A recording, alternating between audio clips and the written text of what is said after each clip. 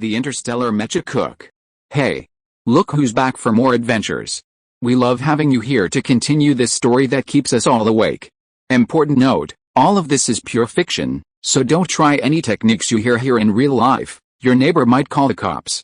This amazing novel and all its rights belong to the original author. We're just the ones giving it voice and drama. Are you enjoying the show? Prove it by subscribing to our YouTube channel and leaving that like that motivates us so much. And if you want VIP access to exclusive content, our Patreon is waiting with things you won't find anywhere else. Chapter 626 The Storm is Coming. Keeping the captured pirates at the garrison for too long wasn't ideal, so the next day, Yi Hongwen dispatched Lin Yin with 2 teams to escort the pirates to the military headquarters to claim their reward. Lin Yin traveled aboard the second ship and returned safely in less than 2 hours. However, a familiar warship was trailing behind the second ship, the flagship of the Huanayu. As the prisoners were being delivered to the military headquarters, Lin Yin happened upon Yuan Qingshan, who had also been escorting pirates captured by the Huanayu to claim their reward and was planning to visit the Shenayu. After all, a member of the imperial family had perished aboard the pirate fleet, and no fleet involved in this mission could escape. Yuan Qingshan, known for his narrow-mindedness, was understandably upset when Yi Hongwen ruined his plans that day. Furthermore, he had instructed the garrison kitchen to prepare a late-night snack, but the captains of the Shenayu and Pao had ungratefully escaped. This displeasure escalated upon seeing Shen Yu's beautiful base. His fake smile faded, and he sullenly said, "Captain Yi is truly young and promising. He's already a captain before he's even 50, and his fleet isn't even in the top 10 in strength, yet he's secured such a beautiful and impressive base. Thank you, Captain Yuan, for the compliment." Yi Hongwen politely thanked him, adding a touch of modesty. "Compared to Planet Guard, this place is nothing. Captain Yi is such a joke. While defending a planet is great, you need to have sufficient strength to protect it. Without it, you'll just have to hand it over to others." It was no secret that Shen Yu had once discovered an unmanned planet. All the fleets in the top 10 of the Central Core without a primary planet had discussed this, and Huanayu was no exception. Being stationed alone on Malulan might seem glamorous, but it also came with heavy responsibilities and pressure. The fleet had to leave most of its forces on the planet during each mission and couldn't travel far, lest they be left without sufficient defense in the event of an attack. Garrisoning Miroland was paid, with the military providing tens of millions of credits annually. However, Yuan Qingshan wasn't satisfied. He didn't want a fixed salary from the military, but rather a share of the planet's taxes, like other fleets with planetary garrisons. Unfortunately, large planetary federations like Miroland wouldn't let them do this freely. Only desolate or impoverished planets would allow the garrisons to take a share of the taxes, encouraging them to actively pursue development. When Shen Yu discovered an abandoned planet habitable and eligible for garrisoning, Yuan Qingshan's eyes turned red with envy. Now, recalling the past, he couldn't help but offer a sour remark. "Yes, our fleet has been working hard to increase its strength, hoping that the next time luck strikes, we'll have enough power to defend a planet," Yi Hongwen said calmly, seemingly oblivious to the sarcasm. "People are great because they have dreams, even if those dreams may be fleeting," Yuan Qingshan said sourly. "Having a dream is better than not having one," Yi Hongwen retorted. "Sarcastic words are useless, only actions speak louder than words." The two men, unable to agree, ended their usual pleasantries with a sneer. Yuan Qingshan then began to inquire about the identity of the Imperial Corps. If it were simply a member of a branch of the Imperial clan, it wouldn't have been a major problem. However, Yi Hongwen hadn't discovered the Imperial's true identity. The communicator on the corpse's wrist was a Federation 1, as Imperial communicators were traditionally worn like necklaces. This meant the information on it was fake. This matter was of grave importance. Yi Hongwen and Lei Henayu had jointly reported it to the military, and the Intelligence Bureau had investigated the young man's identity, but unfortunately, no good news had been received. "Does that mean we can't shake off the label of murder suspect for now?" Yuan Qingshan fretted. He was no longer young, having served as a captain for 20 or 30 years. He was nearing retirement from the military. If his reputation was damaged, his future would be difficult. "There's no need to rush. The autopsy results indicate death between 9 and 10 p.m. the night before yesterday. The pirates haven't surrendered yet, and we haven't boarded their warship. The surveillance records were only being reviewed to determine the cause of death," not to clear the suspects. But Yuan Qingshan had a different perspective. He beamed brightly upon learning he wouldn't be listed as a suspect, and he almost wanted to set off fireworks to express his joy. But then his joy faded, and he turned sour. Since the results show Huan Yu isn't the cause of death, why summon me to Shaolin Star? Yi Hongwen frowned. He knew Yuan Qingshan was cold and heartless, but he hadn't expected him to be so callous. It wasn't their doing, so it didn't seem wrong to do anything about it. But could they deny any involvement in a matter so crucial to the survival of the veneer of peace between the Federation and the Empire? Of course not. Despite his inner disdain, Yi Hongwen maintained a calm demeanor. He said, not only you, but all the captains of the Central Corps will be here. He couldn't give the Empire an excuse to break the peace agreement. Even if a war was necessary, justice should rest with the Federation. Therefore, the Central Corps would do its utmost to uncover the truth. It was precisely for this reason that Gu Qinghang didn't refuse Yi Hongwen's request for help. In that case, let's wait until everyone is here. Yuan Qingshan turned around unhappily. I'm going back to the Huan Yu to rest. Wait, Captain Yuan, aren't you going to see the two bodies? No need, it has nothing to do with me. Why should I go and see? Let those nosy colleagues see it. Yi Hongwen clenched his fists, resisted the urge to punch the old man in the nose, and invited him insincerely. Since you are here in Shanghai, you should stay in our guest house. Although it is not as good as a 5-star hotel, it is not bad compared to a 3 or 4-star hotel, Yuan Qingshan sneered. This was to show off that their fleet base was better built than Huan Yu, so he refused coldly, no need. The food and accommodation conditions on the Huan Yu are not bad, and I am not short-sighted. I won't trouble Captain Yi for a few bites of food. In that case, I will send Captain Yuan on board, Yi Hongwen said coldly, with no intention of keeping him. Yuan Qingshan was infuriated by his attitude. He should have been informed of his arrival at Shanghai in advance, but no one lined up to greet him when he disembarked, a thought that only made him more upset. His request to return to the Phantom Rain was merely a spur-of-the-moment outburst. But Yi Hongwen would simply take advantage of the situation and send him away. Words spoken, like spilled water, could not be taken back. Ultimately, Captain Yuan reluctantly returned to the Phantom Rain. After sending Yuan Qingshan away, Yi Hongwen convened a brief meeting with the fleet's senior officers, urging them to prepare. Since the pirate attack on Miralin was the work of the Empire, the death of this imperial family member might also have been planned. They needed to be prepared, both physically and mentally, for another interstellar war could erupt at any moment. Chapter 627, Wind in the Building. Yi Hongwen's suspicions were correct. Before Gu Qinghang could even reach Shaolin Star, the current Emperor Qi Shengdi sent a letter to the Federation, stating that his 26th prince had anonymously visited the Federation a few days ago, but had lost contact since yesterday. He requested that the Federation intervene to locate him. At Shanghai's base, all the captains of the Central Corps who had returned to Shaolin Star gathered in a small conference room. They were supposed to assemble at military headquarters, but to avoid attracting the attention of imperial spies, the military didn't allow Shanghai to deliver the body, purportedly the 26th prince, to the headquarters. Instead, it remained at Shanghai's base. Curious about what the imperial prince looked like, some captains insisted on meeting at Shanghai. What do you mean by the empire? Isn't peace good? Do you have to fight to the death to satisfy your needs? Lei Zhenyu said, feeling aggrieved. Peace had only been enjoyed for a few decades, and there hadn't been enough time to recuperate. At least the Federation had only just begun to breathe a sigh of relief in the past 2 years. Whatever they mean, if we don't, should they? Captain Wei, the captain of the ship that broke through the fog, said. Although he was old, his temper remained as fiery as his youth.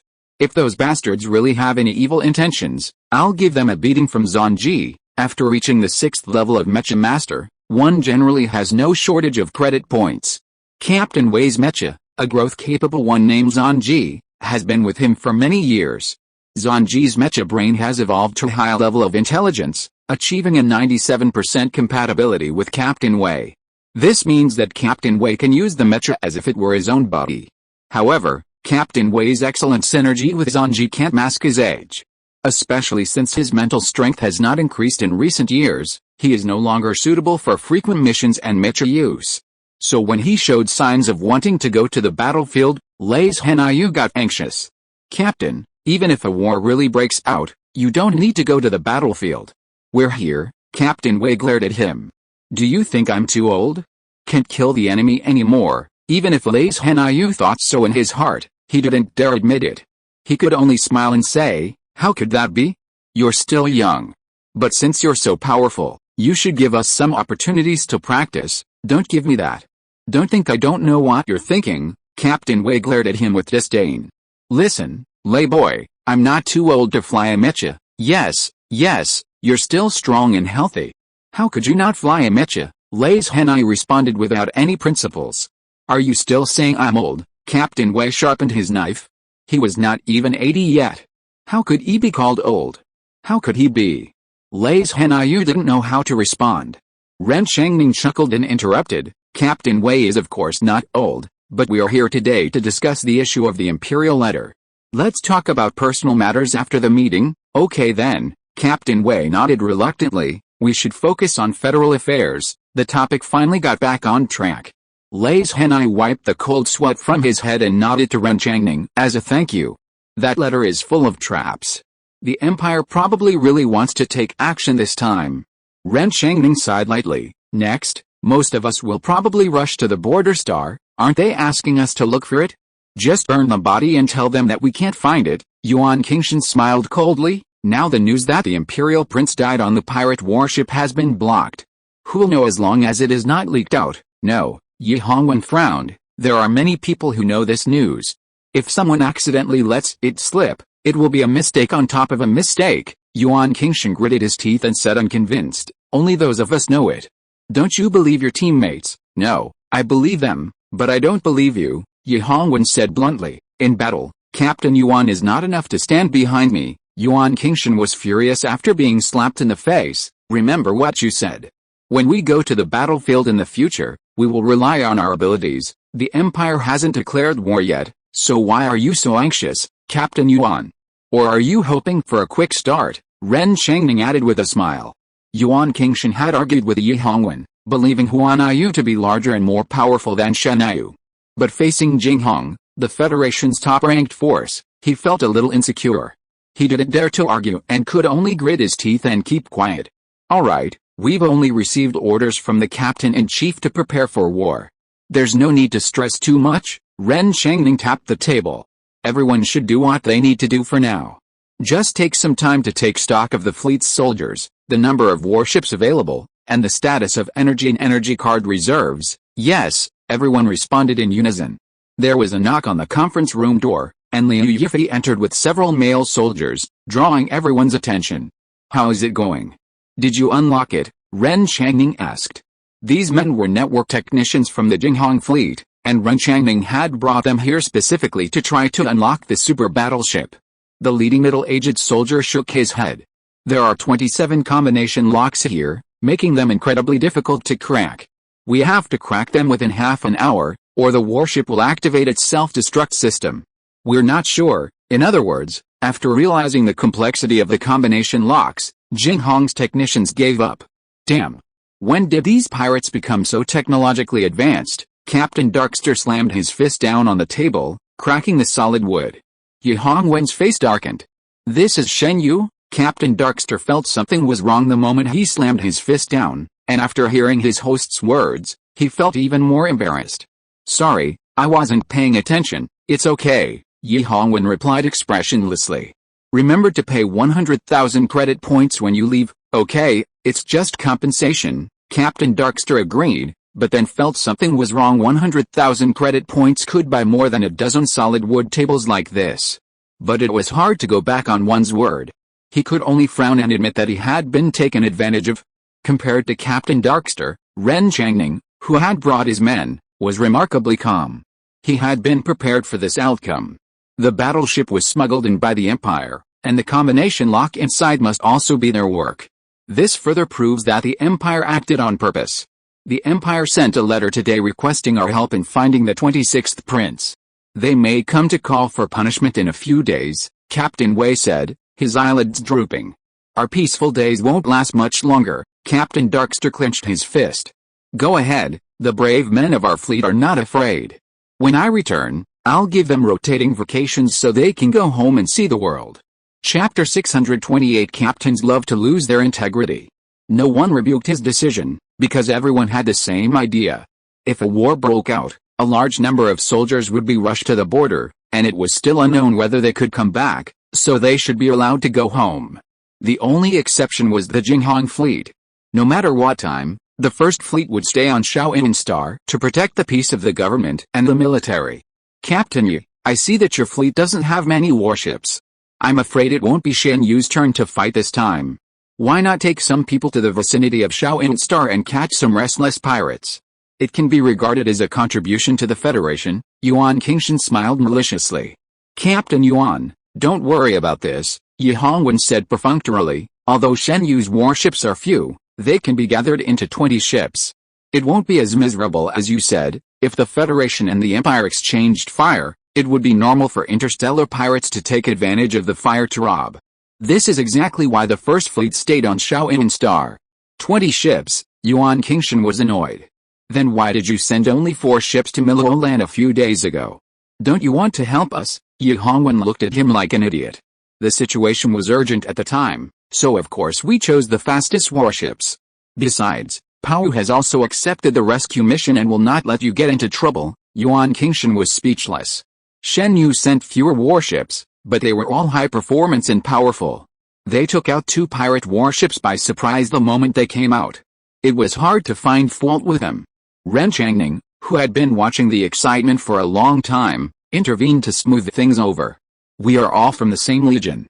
With a powerful enemy at hand, we should show some understanding for each other. The captains of the other fleets also intervened, jokingly saying, sending too many warships is not good. What if the firepower is too strong and Miloland is blown up? That would be the end of it. Song Changte, who had always had a low profile, frowned. Why did he feel that the captains of the Central Legion were all funny and dared to make any joke? Okay, now that we have seen what we should see and said what we should say, let's end today's meeting here, Ren Changming said as he stood up. He was not in a hurry to leave, but looked at the oldest one with a little respect. Captain Wei, what do you think? Captain Wei nodded repeatedly. Let's go. What's the point of having such a boring meeting? If Zhenyu hadn't dragged me here, I wouldn't bother to come. Lei Zhenyu smiled bitterly. Look at what you said. You are the captain. Of course we have to ask you to step in when something big happens. You kid is so pedantic. Captain Wei was so angry that he blew his beard and glared at you. I let you make the decision because I trust you and train you, but look at what you have done. Those bastards in the Empire are nothing. When you want to fight, just call me. You can decide these messy preparatory activities by yourself. Don't involve my old bones. Wow, wow, a flock of crows flew through the void. Captain Wei, the war hero, was admittedly quite headstrong. He claimed to be in his prime during a fight, but when faced with anything demanding of his brain, he complained of being old. Lei Zhenyu was at a loss for words as to how to handle his captain. Ren Changning could only suppress a smile and continue to save the situation.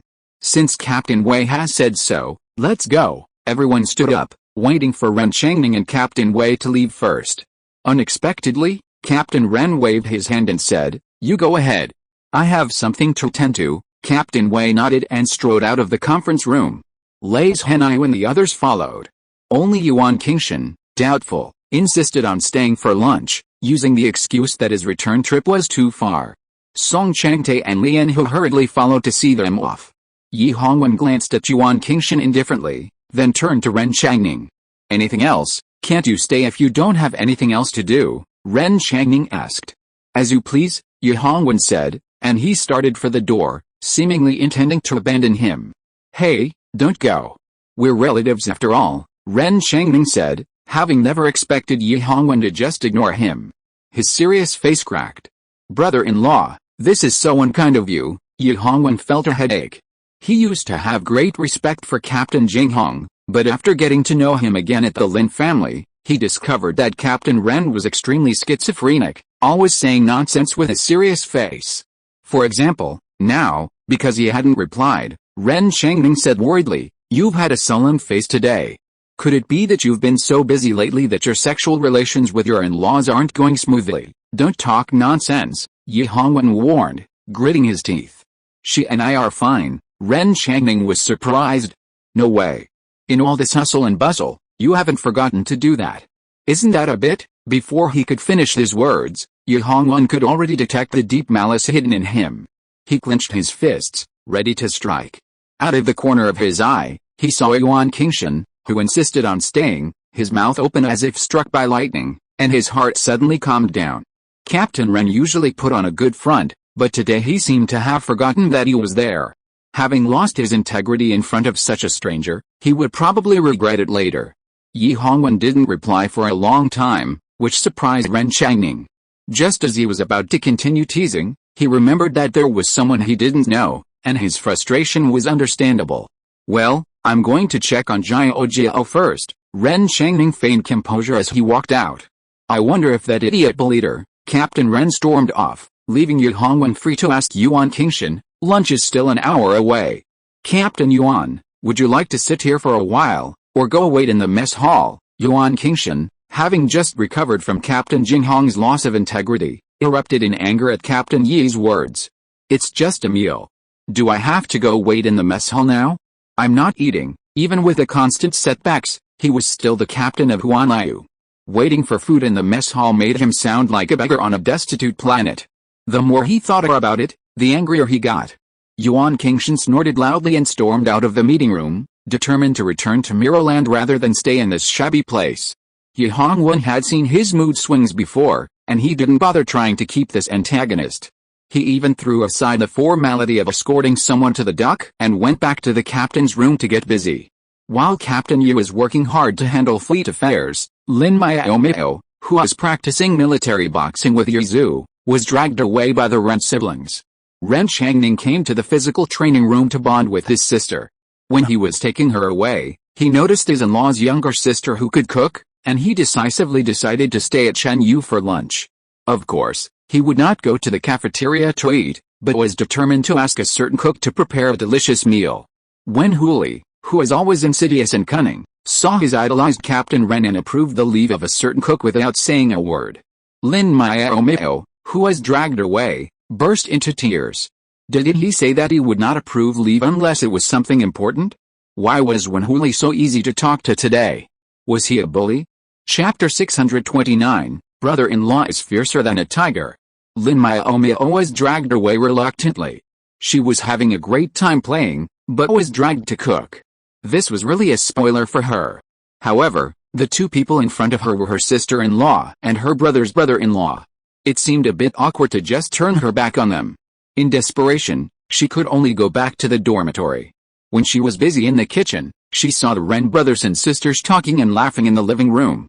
She felt unhappy and began to think about whether to have a special banquet such as bitter melon banquet, winter melon banquet, pumpkin banquet, etc. As for why they were all melons, it was because the old fox who Zhi had gone crazy again and sent a bunch of melons over.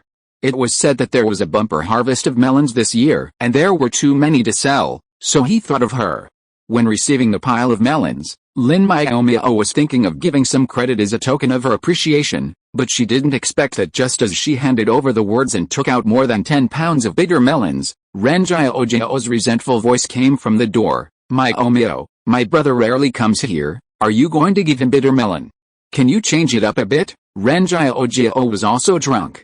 Fortunately, she remembered the onion feast they had 2 days ago and came to remind her, otherwise it would have been a tragedy today. Lin Miaomiao readily agreed, since you don't like bitter melon, how about changing to pumpkin and winter melon? No, let's have a normal table. What's the point of having a table full of the same dishes? Ren Jiaojiao said with a low voice and a delicate smile. Good sister, just promise me please this trick should be used on my brother. Lin Miaomiao pretended to be indifferent, but her ears were quietly red. After so many years together, Ren Jiaojiao knew her sister-in-law was known for her tough exterior but soft heart. Knowing she was wavering, she warmly embraced her, pouting and pressing a soft kiss to her cheek.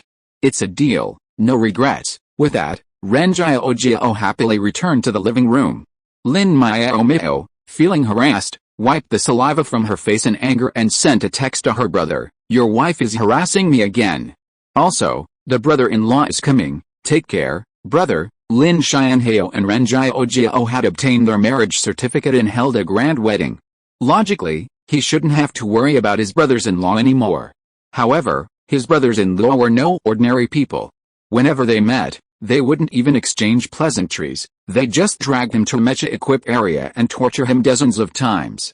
As an armorer, Lin Miaomiao had little time for mecha training.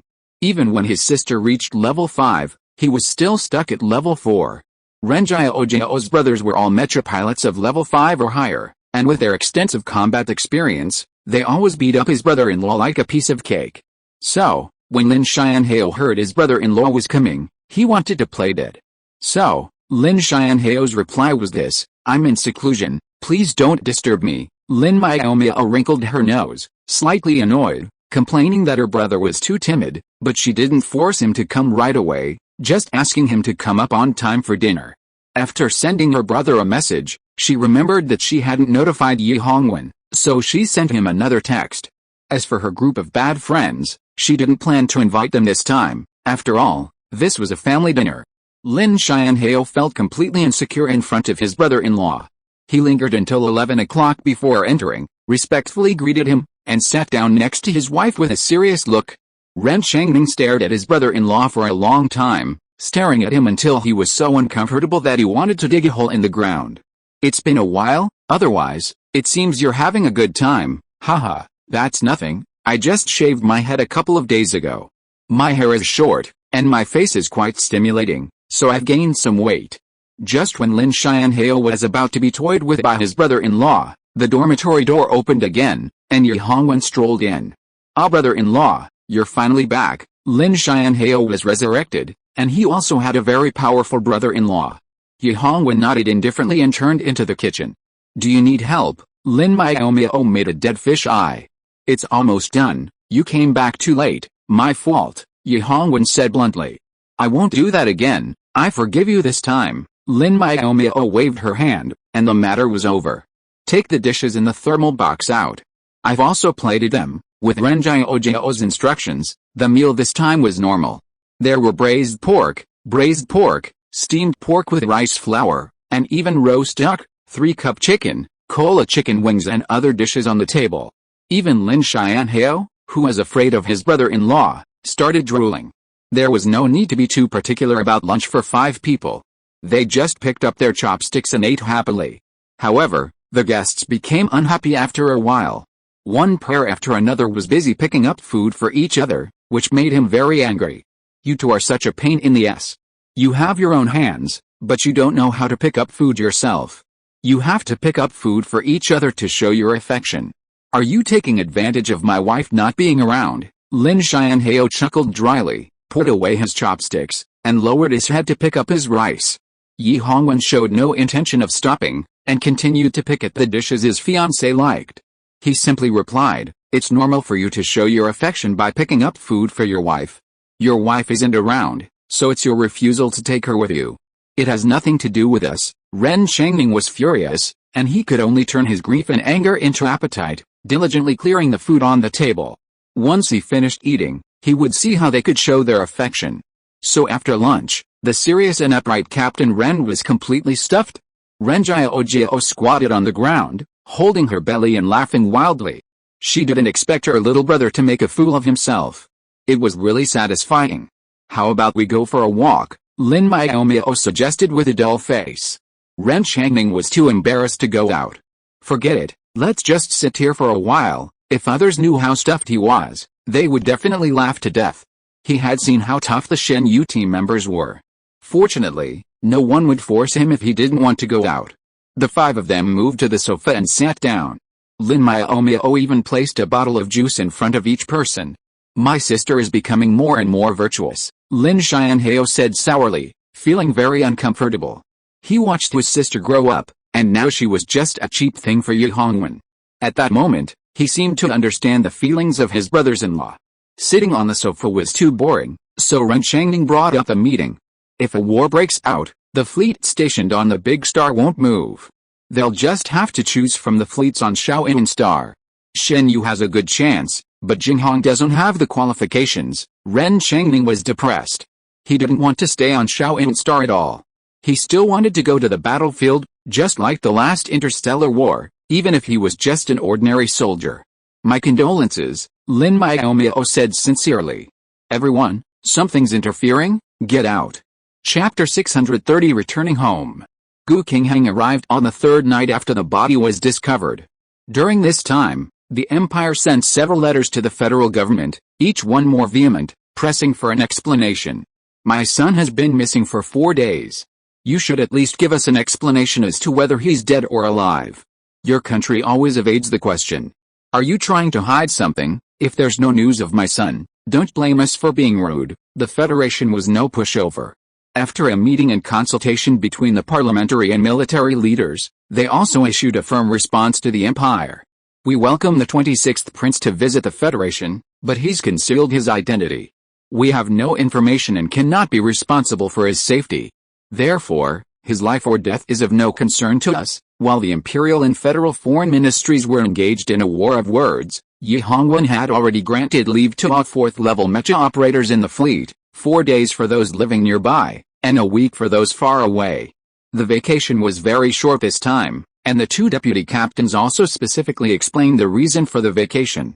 If peace can be maintained in the future, this trip home will be just an ordinary visit to relatives. If a war breaks out, they will just go back to say goodbye. As for those mecha divisions below level 4, even if a war breaks out, it has nothing to do with them. They are too weak and can only stay at the base. Lin Miaomiao returned to Milulin with Feng Liqin and Yu Zixin and his wife. As the captain, Yi Hongwen was too busy to accompany her back. They took the passenger ship at around 7 in the morning as usual. When they got off the passenger ship and returned to the Lin family's old house, Lin Miaomiao realized that she had accidentally made a big mistake. She actually forgot to tell her family in advance that she was coming back. Looking at Yu standing in front of her, and then looking at the deserted mansion, a certain cook hung up the video call to her relatives with a sad heart, informing them that they must come home for dinner in the evening. Actually, there wasn't much need to notify many people. The twins graduated a year after her. The year they graduated, Lin Miaomiao had come to Milulin to recruit, but one of the brothers had joined the fleet where their parents were stationed, while the other was a 7th-level card maker student. Neither was currently in Milulin. So, she sent a message to her grandfather, her father, and her younger brother. Lin's younger brother had recently turned 21. After self-studying high school, he enrolled in the mecha department at Milulin University. He had originally planned to attend the Battleship Pilot Academy on Shaoyin Star, but that was a 7-year program. Unwilling to wait another 7 years, he opted for the 4-year program. Fortunately, he had considerable mental and physical potential, and he would thrive in the mecha department. Upon hearing the news of his sister's return, Lin Yuding was overjoyed. As soon as his afternoon classes were over, he rushed back to the Lin family's house with his grandmother.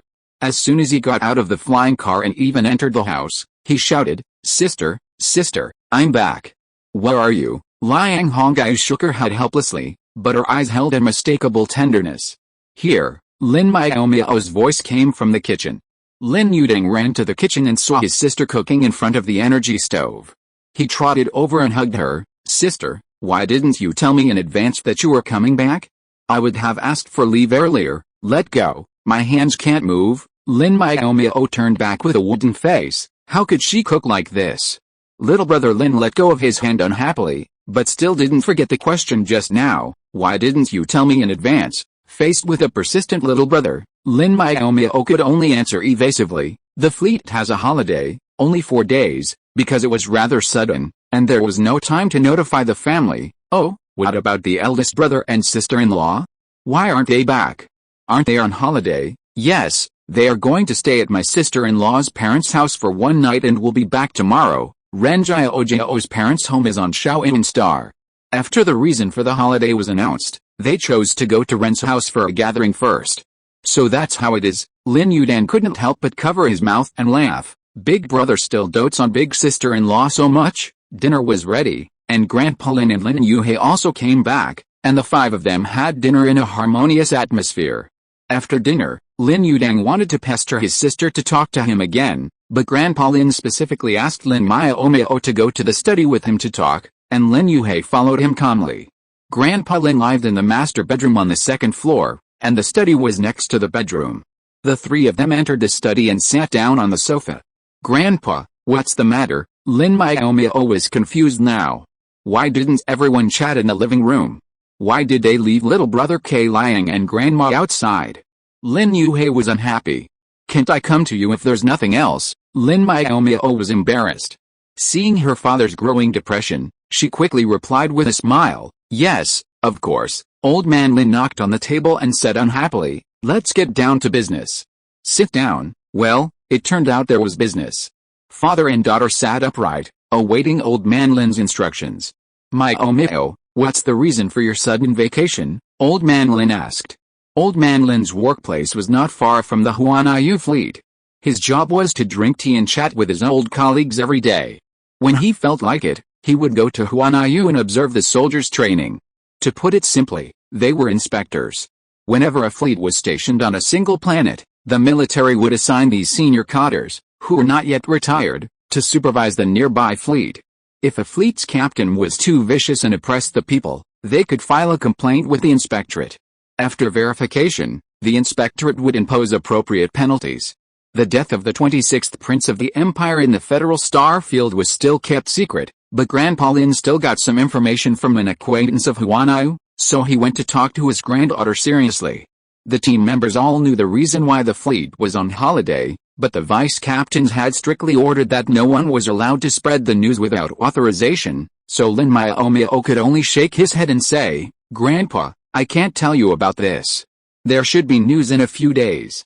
Please wait, old man Lin sighed, even if you don't say it.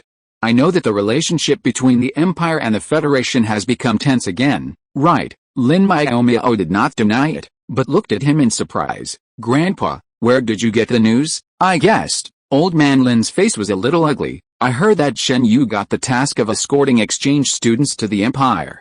It's almost time to depart, but I didn't hear that your fleet would leave. Instead, you have a holiday. Obviously, there is a problem. Lin Yuhei frowned. Is the war going to start again? Old man Lin nodded. I heard that letters were exchanged several times, and the people in the Ministry of Foreign Affairs were arguing and almost fighting. Will Shen Yu go to the battlefield? Lin Yuhei was nervous. He had also been to the battlefield and knew the dangers. His son, daughter-in-law, and daughter and son-in-law were all with Shen Yu. If Shen Yu also wanted to go to the battlefield, he would be very worried. Chapter 631 Father's love is like a mountain. I don't know, Lin Miaomiao said. She was just an ordinary female soldier. At most, she held the title of kitchen steward, with Lolly helping her manage the kitchen. Her job was to draft menus for the fleet's extra meals or celebrations after completing missions. Although her fiancé was a captain, she never questioned the fleet's secrets, let alone its management. At most, she would help out or pass on messages when Yi Hongwen needed them. So, she had no idea why the Federation and the Empire were at odds again, or whether war would break out. Old man Lin, who knew his granddaughter well, saw the bewilderment on her face and spoke in her place. Miaomiao has no business knowing about national affairs. You'd be better off equipping the brothers and sisters with better weapons and high-level energy cards. That way, if war breaks out and they need to go to the front lines, they'll have more resources to protect themselves. Lin Yuhei suddenly realized, right? Why didn't I think of that? I'll get it now. He stood up and rushed out the door, ignoring Lin Miaomiao's attempts to stop him. Dad, don't go yet. It's getting dark. We can talk about it tomorrow if you have something to say. Lin Miaomiao chased to the door. Lin Yuhei waved his hand. You talk to your grandpa. I'll send a video call and come back later. Seeing that his father went upstairs and had no intention of leaving the house, Lin Miaomiao breathed a sigh of relief and turned back to the study to sit next to the old man. Grandpa, are you in good health recently? Yes, of course I am. The old man patted his chest. Your grandpa has always been in good health, Miaomiao. You don't have to worry. But you, how are you getting along with Yi Zhaozi recently? It's the same as before. He is busy dealing with fleet affairs, and I'm busy with training, but we eat together every day. Lin Miaomiao thinks that this kind of life is actually quite good, with warmth and the plainness. That's good. Old man Lin patted her hands and said with a sigh, you've grown up so fast, and it's time for you to be a mother. Lin Miaomiao's ears turned red instantly. Why did her grandfather suddenly bring up this? It made her feel embarrassed, so she said angrily, Grandpa, I'm not married yet. Why are you talking about children? What does it matter? Isn't it normal to get on the bus first and buy the ticket later? Old man Lin is an open-minded old man. As long as his grandson-in-law passes the test, he doesn't care whether he has a marriage certificate or not. He has regarded Yi Hongwen as his own, and holding his great-granddaughter is the big deal. Don't talk about me. Lin Miaomiao couldn't stand it anymore and decided to shift the blame to someone else. Grandpa should care more about when my eldest brother and sister-in-law will have a baby, or find a beautiful wife for my dad, so that he won't be lonely and cold. Old man Lin laughed and scolded, "You are really nosy. It's okay for your brother and sister-in-law, but you even have to control whether your dad wants to find a wife." Lin Miaomiao didn't care. She was thinking about her dad. Her mother passed away early, and her father was still so young. They, as his children, didn't have much time to accompany him. How lonely he would be if he were alone in the future. "Grandpa, I'm not kidding." Lin Miaomiao looked at the old man seriously. "My dad is still so young. If my mother were still alive, she would definitely agree with my idea." "Alice, your dad has a very stubborn temper. It's not easy to convince him." Old man Lin sighed lightly.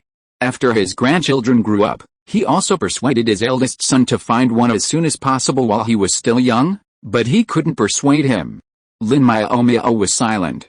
She knew her father's temper very well, but she still wanted to give it a try. The grandfather and grandson talked for a long time in the study. Lin Yin, who said he was going to make a few video calls, never came back. Lin Miaomiao finally couldn't sit still anymore. After saying something to the old man, she went upstairs to knock on her father's door.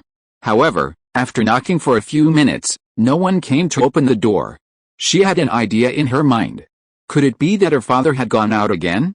She went downstairs to ask Yi, and found out that Lin Yin had indeed gone out. He went back to his room and made a few video calls to ask his subordinates to prepare things for him tomorrow. After that, he still felt a little uneasy, so he simply went out and rushed back to the headquarters of Heguan Group. He wanted to carefully compare the latest mecha weapons developed by the factory and select the best and most practical ones for his children. Lin Miaomiao knew that her father had gone out, and she was very anxious. She sent him a video call to call him back, but the other party hung up. She could only sit in the living room and wait for him to come back. Normally, when Lin Yin worked late, he'd stay in the lounge on the top floor of his company. But when his daughter was home, he'd return to the Lin family mansion, no matter how late it was. This wait lasted until midnight. Lin Yin, exhausted, returned home to find his daughter sitting upright in the living room. He quickly perked up and walked over to ask, "Miaomiao, why aren't you asleep yet? Are you having insomnia?" His daughter had rarely been home in recent years, working in the fleet, so it was normal for her to be sleepless after just returning. "No, I was waiting for you," Lin Miaomiao whispered softly. "Dad, are you hungry? I just made some preserved egg and lean meat porridge. Would you like some?" Lin Yin felt his stomach. "I'm a little hungry, so have a bowl before you go to sleep." Lin Miaomiao started to go to the kitchen to get the porridge, but Lin Yin stopped her and turned to the robot butler standing in the corner. "Yi, go get me a bowl of porridge." After finishing the porridge, Lin Yin, too lazy to go to the dining room, decided to spend some time chatting with his daughter in the living room. "Are you tired in the fleet? Has anyone bullied you?" "No, with my brother and Yi Hongwen here, no one dares to bully me." "Forget about your brother. How can he protect you? Otherwise, you wouldn't have been taken away by a wolf as soon as you joined the fleet." Lin Yin still dislikes Yi Hongwen. He thinks his future son-in-law is an old cow eating young grass. It's shameless that his daughter was targeted as soon as she joined the fleet. As for Lin Xianhao, who failed to protect his sister, he was even more disgusted by him. Yi brought the porridge over. The porridge in the thermal box was warm and tasted very good. Lin Yin drank the porridge in big gulps and returned the empty bowl to Yi. He was about to pull his daughter to continue chatting when Lin Miaomiao spoke first. "It's too late, Dad, you are so tired today. You should rest early." Lin Miaomiao helped him stand up. Lin Yin slapped his daughter's hand away. "I'm not old yet, why do I need your support?" Yes, you are still very young." Lin Miaomiao rolled her eyes and put her hands behind her back obediently.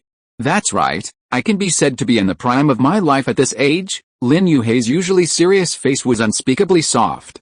Lin Miaomiao's eyes rolled. "Then can my father who is in the prime of his life promise me one thing?"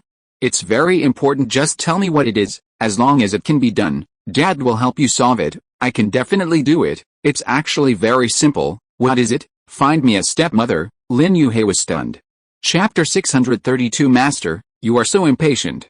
Lin Yuhei still remembered how many women with ill intentions had set their sights on him after his wife left. When his daughter found out, she was so angry she refused to talk to him and even forced him to swear not to find anyone new. Now, his daughter was actually asking him to marry, which touched him deeply. He felt that his daughter had grown up and was actually caring for her father. Touched as he was, he wouldn't agree to this request. Miaomiao, Daddy's used to living alone. Wouldn't it be difficult for me to find another one now? Lin Miaomiao bit her lip. Living alone was difficult, but he said he was used to it. If I can get used to being alone, I can get used to being with someone else. Time will cover the past. Lin Yuhei felt her headache. His daughter was also stubborn. She had cried and made a scene when she didn't want him to remarry, even threatening to run away. Now that she had come to her senses, she was eager to find him a wife right away. Not to mention that he had no intention of remarrying. Even if he did, getting a wife wasn't something you could just pull up when you wanted. It all depended on fate. But if he answered like that, his daughter would probably ask the old man to arrange a blind date for him. This girl has never given up until she achieves her goal since she was a child, so he had to think of a way. Let's forget about it.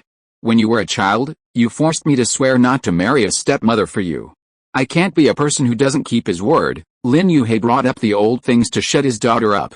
Lin Miaomiao's eyes widened. The original owner was so tough when she was a child. She even forced her father to swear not to marry another one. This is a difficult situation. Can she say that she didn't say those words, or that she has amnesia and doesn't remember that? After thinking about it over and over for a long time, she still couldn't think of how to solve this problem. Dad Lin hurriedly prepared to slip away. Miaomiao, I'm sleepy. I'm going to go back to my room to rest first. You should go back to your room early too. Lin Yuhei tiptoed to the stairs and walked up the stairs with a cat-like step. Seeing that he was about to successfully escape from his daughter's clutches, Lin Miaomiao, who had racked his brains for a solution, moved. Actually, gender and age don't matter in this world. Dad, if you don't want to break your vow and find me a stepmother, then find me a stepfather. Find a stepfather? Lin Yuhei missed a step and almost fell down the stairs. Fortunately, he reacted quickly and grabbed the stairs in time. After finally standing firmly, he looked down at his daughter in the living room and said, I'm afraid I have to disappoint you. Your dad, I'm not gay, even though same-sex marriage is legal now. Lin Yuhei has no plans to marry a man because he has no feelings for the same sex. Lin Miaomiao was not discouraged. How do you know you are not gay? Have you tried? She felt that her father was just too stubborn and refused to try. Lin Yuhei's serious face flushed. He glared at his daughter fiercely and decided not to argue with her about this. He was the elder and it was shameful to discuss this with his daughter. If you're too idle, why not ask Yi Hongwen to work harder and give me a granddaughter to keep you company? That'll save you from all those crazy thoughts. It's already late, stop arguing, I'm going upstairs first. The arrogant father Lin said this and went back to his room. Lin Miaomiao sighed helplessly. Her father was really stubborn. How could she persuade him? Besides, she was only 25, and everyone was urging her to have a baby. Even Yi Hongwen had mentioned it several times, and it had gotten to the point where she was a little tempted.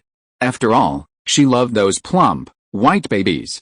Perhaps because of something on her mind, or perhaps because she felt lonely sleeping alone in her big bed, Lin Miaomiao didn't sleep well that night. The next day, with panda eyes, she woke up and made breakfast for everyone, a bowl of beef sliced noodles for everyone. After breakfast, everyone went to school or work.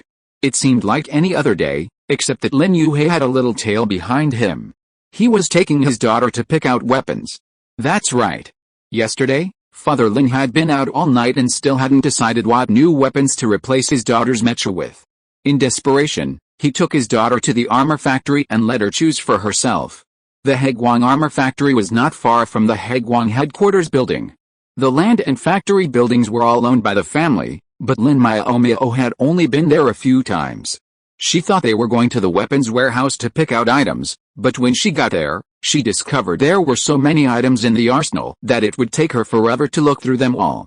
Thankfully, there was an optical computer installed here to manage everything. If you want to find something, you can just look it up on the computer and know where to find it. Lin Yuhei tapped and clicked on the computer, quickly pulling up a bunch of mecha weapons. Miaomiao, come and take a look. This ion gun is one of our newer improvements. It has a longer range and is more accurate. It can keep a safe distance from enemy mechas. No, I can tell it's not very useful at first glance, Lin Miaomiao said, dismissing it outright. Then let's take a look at this one. Lin Yuhei instantly changed the channel. Laser guns are easy to carry and incredibly powerful, but they are a bit energy intensive. Lin Miaomiao frowned. On the battlefield, she'd be too busy fighting to find a good opportunity to trade in energy cards, so she didn't need these energy-intensive opportunities. I don't want a firearm. I want a durable mecha sword. The one Aoksu is using now isn't sharp or strong enough, it's even cracked, no problem, but firearms are more powerful. Don't you really want to equip one or two to increase the mecha's attack power? Lin Miaomiao shook her head. Thermal weapons consume too much energy, and they're only used in critical moments. They're not as practical on a mecha as a sword. Since you insist, then let's just get the mecha sword, Lin Yuhei said helplessly. Mecha swords come in many shapes and sizes, wide, narrow, and medium, allowing for a completely customized choice. After a long search, Lin Miaomiao couldn't find any that she particularly liked, so she simply let Aoksu go and headed straight to the mecha sword storage area to choose one. As for why she released Aoksu, it was because she had a choice disorder. She decided to let Aoksu choose for herself. After communicating with Aoksu on the mecha, Aoksu was indeed very experienced in choosing weapons. She grabbed those mecha swords and looked at them one by one, and even evaluated the pros and cons in a serious manner. This one is too thick, and the blade is not sharp enough. This one is a bit short. It will definitely be at a disadvantage in a fight. Hey, this one is not bad. It looks beautiful and exquisite, but it's very light.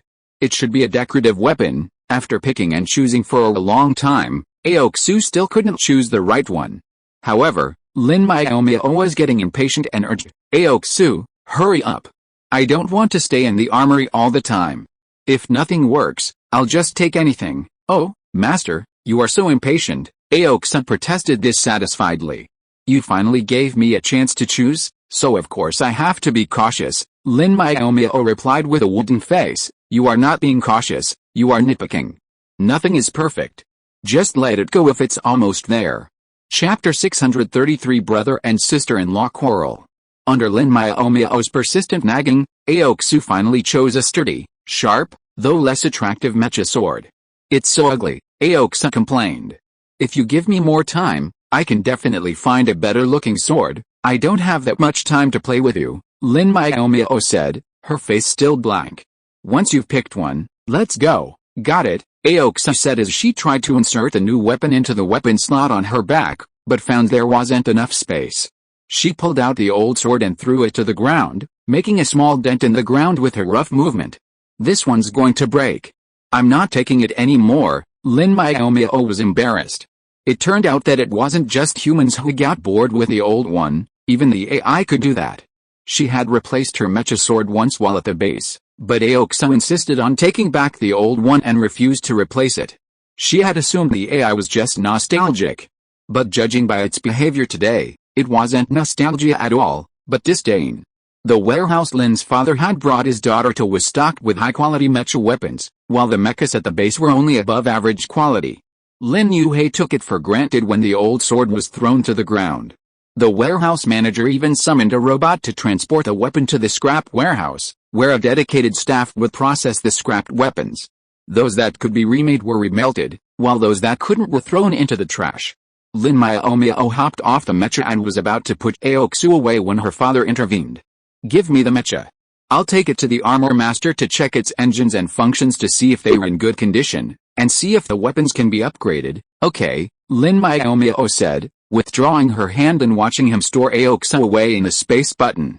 After she became a level 5 mecha master, Aoksu was sent to Changguang for an upgrade. However, Changguang only had a master armorer, who wasn't very experienced with upgrading intelligent mechas and was hesitant to take on the task. Ultimately, her eldest brother heard about it and went to Changguang to take over. After the upgrade, the master manicurist inspected the mech several times, confirming it was a success, before taking Aoksu back. The upgrade was one thing, but Aoksu's weapons hadn't been upgraded. Her eldest brother repeatedly urged her to quickly procure the necessary weapons, but she was so exhausted from daily training that she'd forgotten. Fortunately, hot weapons only lasted a few times at first. Once the energy bar drained, everyone switched to ice weapons, which consumed less energy and felt more effective. Miaomiao, I have to go to work. Do you want to come with me? Lin Yin looked at his daughter expectantly. Lin Miaomiao was about to agree, but then she remembered her eldest brother and his wife would be home at noon, so she decided to go home. Dad, I'll go back first. I'll stay with you all day tomorrow. Hearing his daughter's intention to stay with him all day, Lin Yin readily agreed. Go ahead. Be careful on your way. Having agreed, father and daughter parted ways at the armor factory gate. Dad went to the office building, while Lin Miaomiao returned to the Lin family mansion. Having nothing to do back home, Lin Miaomiao ran on the treadmill for an hour or so, then showered and went downstairs to cook.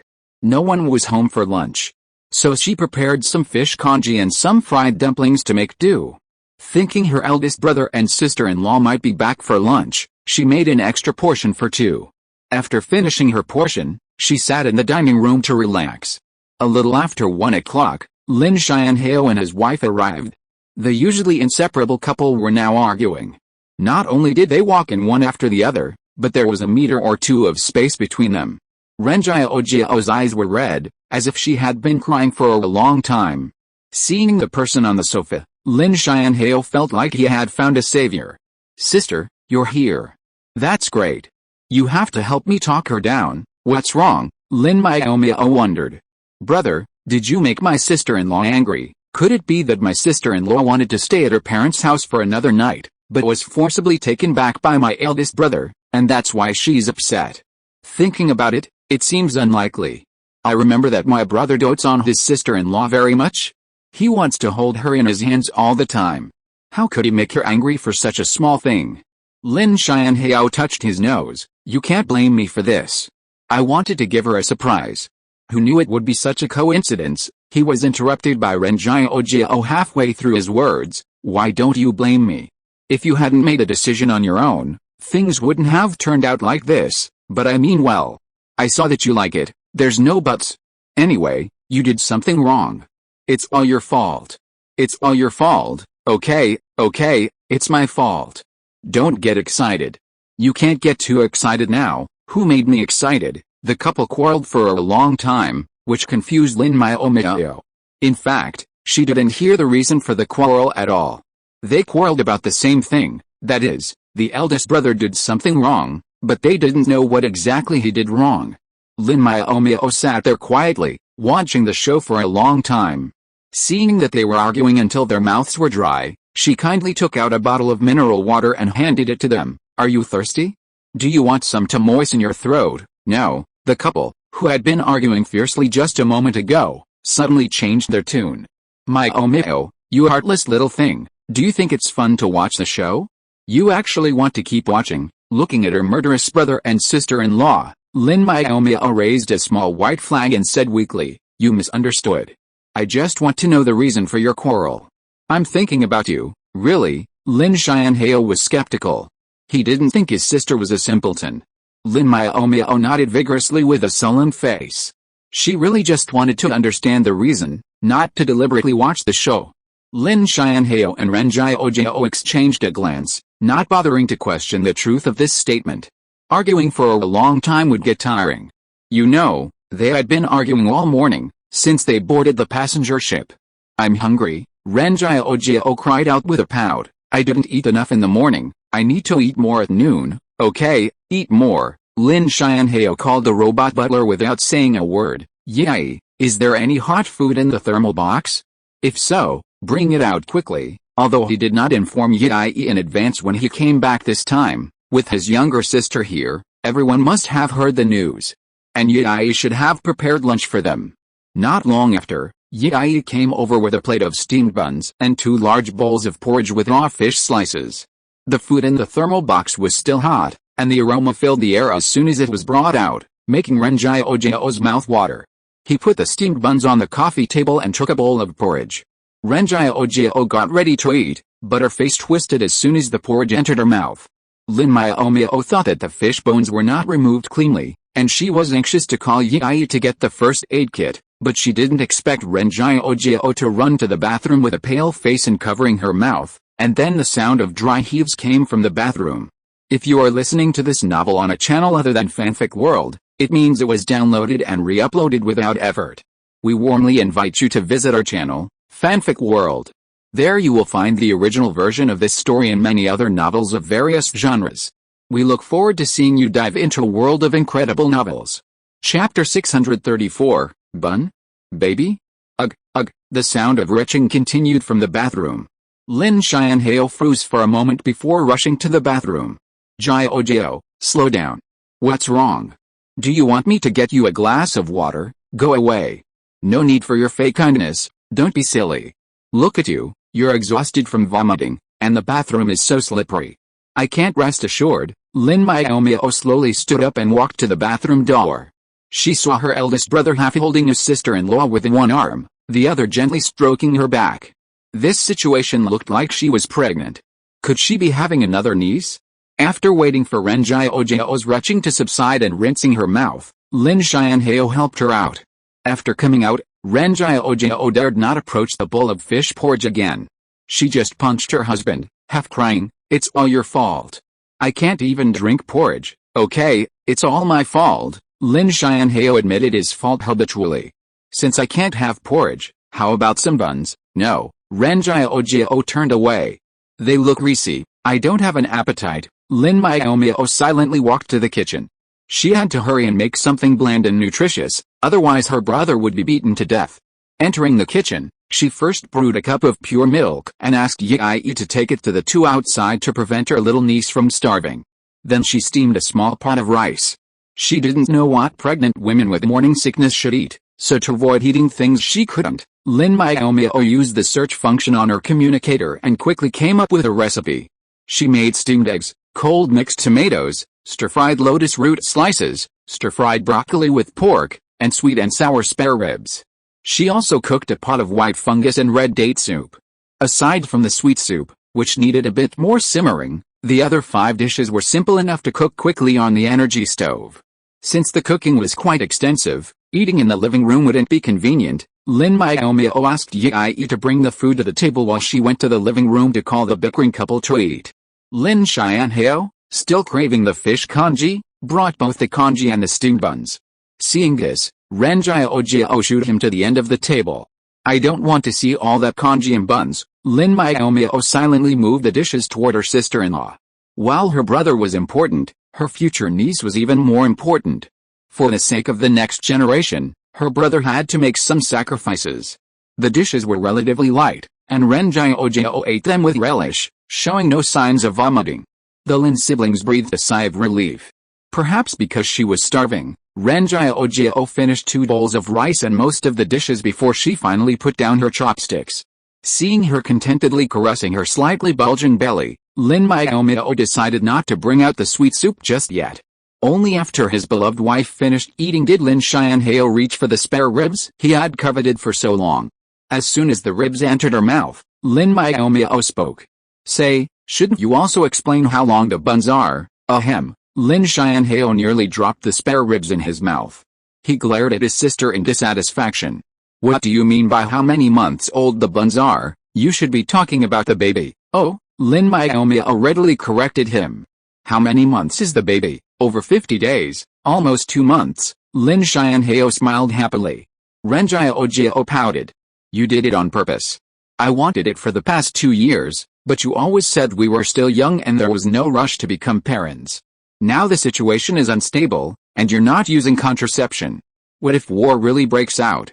How can I go to the battlefield?" "Honey, you're being unfair. I didn't know I'd encounter something like this," Lin Xianhao said helplessly. He was no prophet, so how could he have known such a coincidence? If he had known this would happen, he would still have done it, even though it was a bit selfish. Lin Miaomiao shook her head. She really didn't know whether this was right or wrong. Her sister-in-law liked children, otherwise she wouldn't have mentioned that she wanted to have a little girl in the past 2 years. But when her brother was about to give her a surprise, it turned out to be a shock. "Since you are pregnant, you should ask for leave to take care of the baby. Anyway, you can't train if you return to the base. and your current condition is not suitable for going to the battlefield. Lin Miaomiao comforted her with a smile. Besides, the empire may not be ready for war. Lin Xianhao hurriedly agreed. Miaomiao is right. It is more important to take care of the baby now. When can we ask the captain for leave? You can stay here to take care of the baby then. What do you mean by ask for leave? Ren Jiaojiao glared at him irritably, muttering softly, I don't want to take care of the baby here. There is no one to talk to. If you don't take care of the baby here, then where do you want to go? Do you want to go back to the base? Lin Xianhao thought about those burly and impatient teammates, and shook his head almost like a rattle. No, it's too dangerous in the base. It's better to stay at home. Ren Jiaojiao wanted to say something, but didn't know how to start. She could only bite her lip and continue to struggle. Lin Xianhao was a manly man, oblivious to many details. He was completely oblivious to his wife's concerns, but Lin Miaomiao, also a woman, noticed. After a moment's reflection, she quickly understood. The old house was deserted daily. Even when Grandpa and Dad came home, his sister-in-law had little to say to them. Therefore, it wasn't a good place for a healthy pregnancy. And the garrison was even worse. They were busy with training or missions every day, and a pregnant woman wouldn't feel comfortable staying there. The sight of the training equipment might even make her bones itch, which wouldn't be conducive to a healthy pregnancy. The only good place, and one his sister-in-law was willing to go, was the Ren family on Shaoxing. It was said that Mrs. Ren was a devoted wife and mother at home, with plenty of time on her hands. She would probably be happy to care for their pregnant daughter. But as the sister-in-law, she had better not rush in with these words. She had to give her brother a chance to show his worth. Lin Miaomiao's mind raced. She ignored her sister-in-law's pleading glances and called Yi to clear the table. Don't clear it.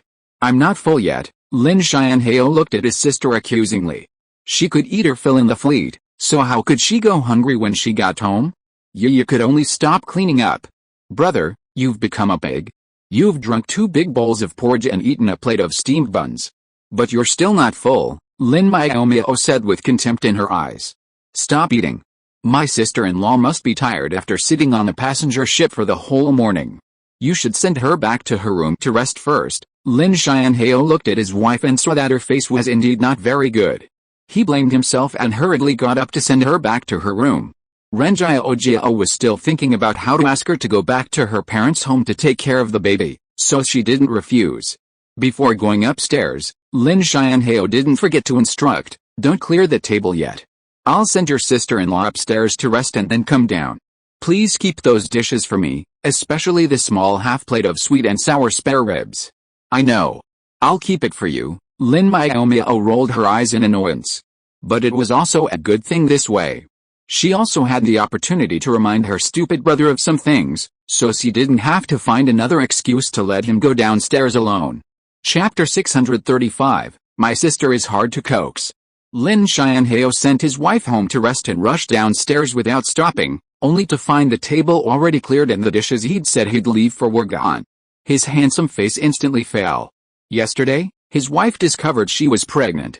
She was initially quite happy, but then she remembered the strained relationship between the Federation and the Empire.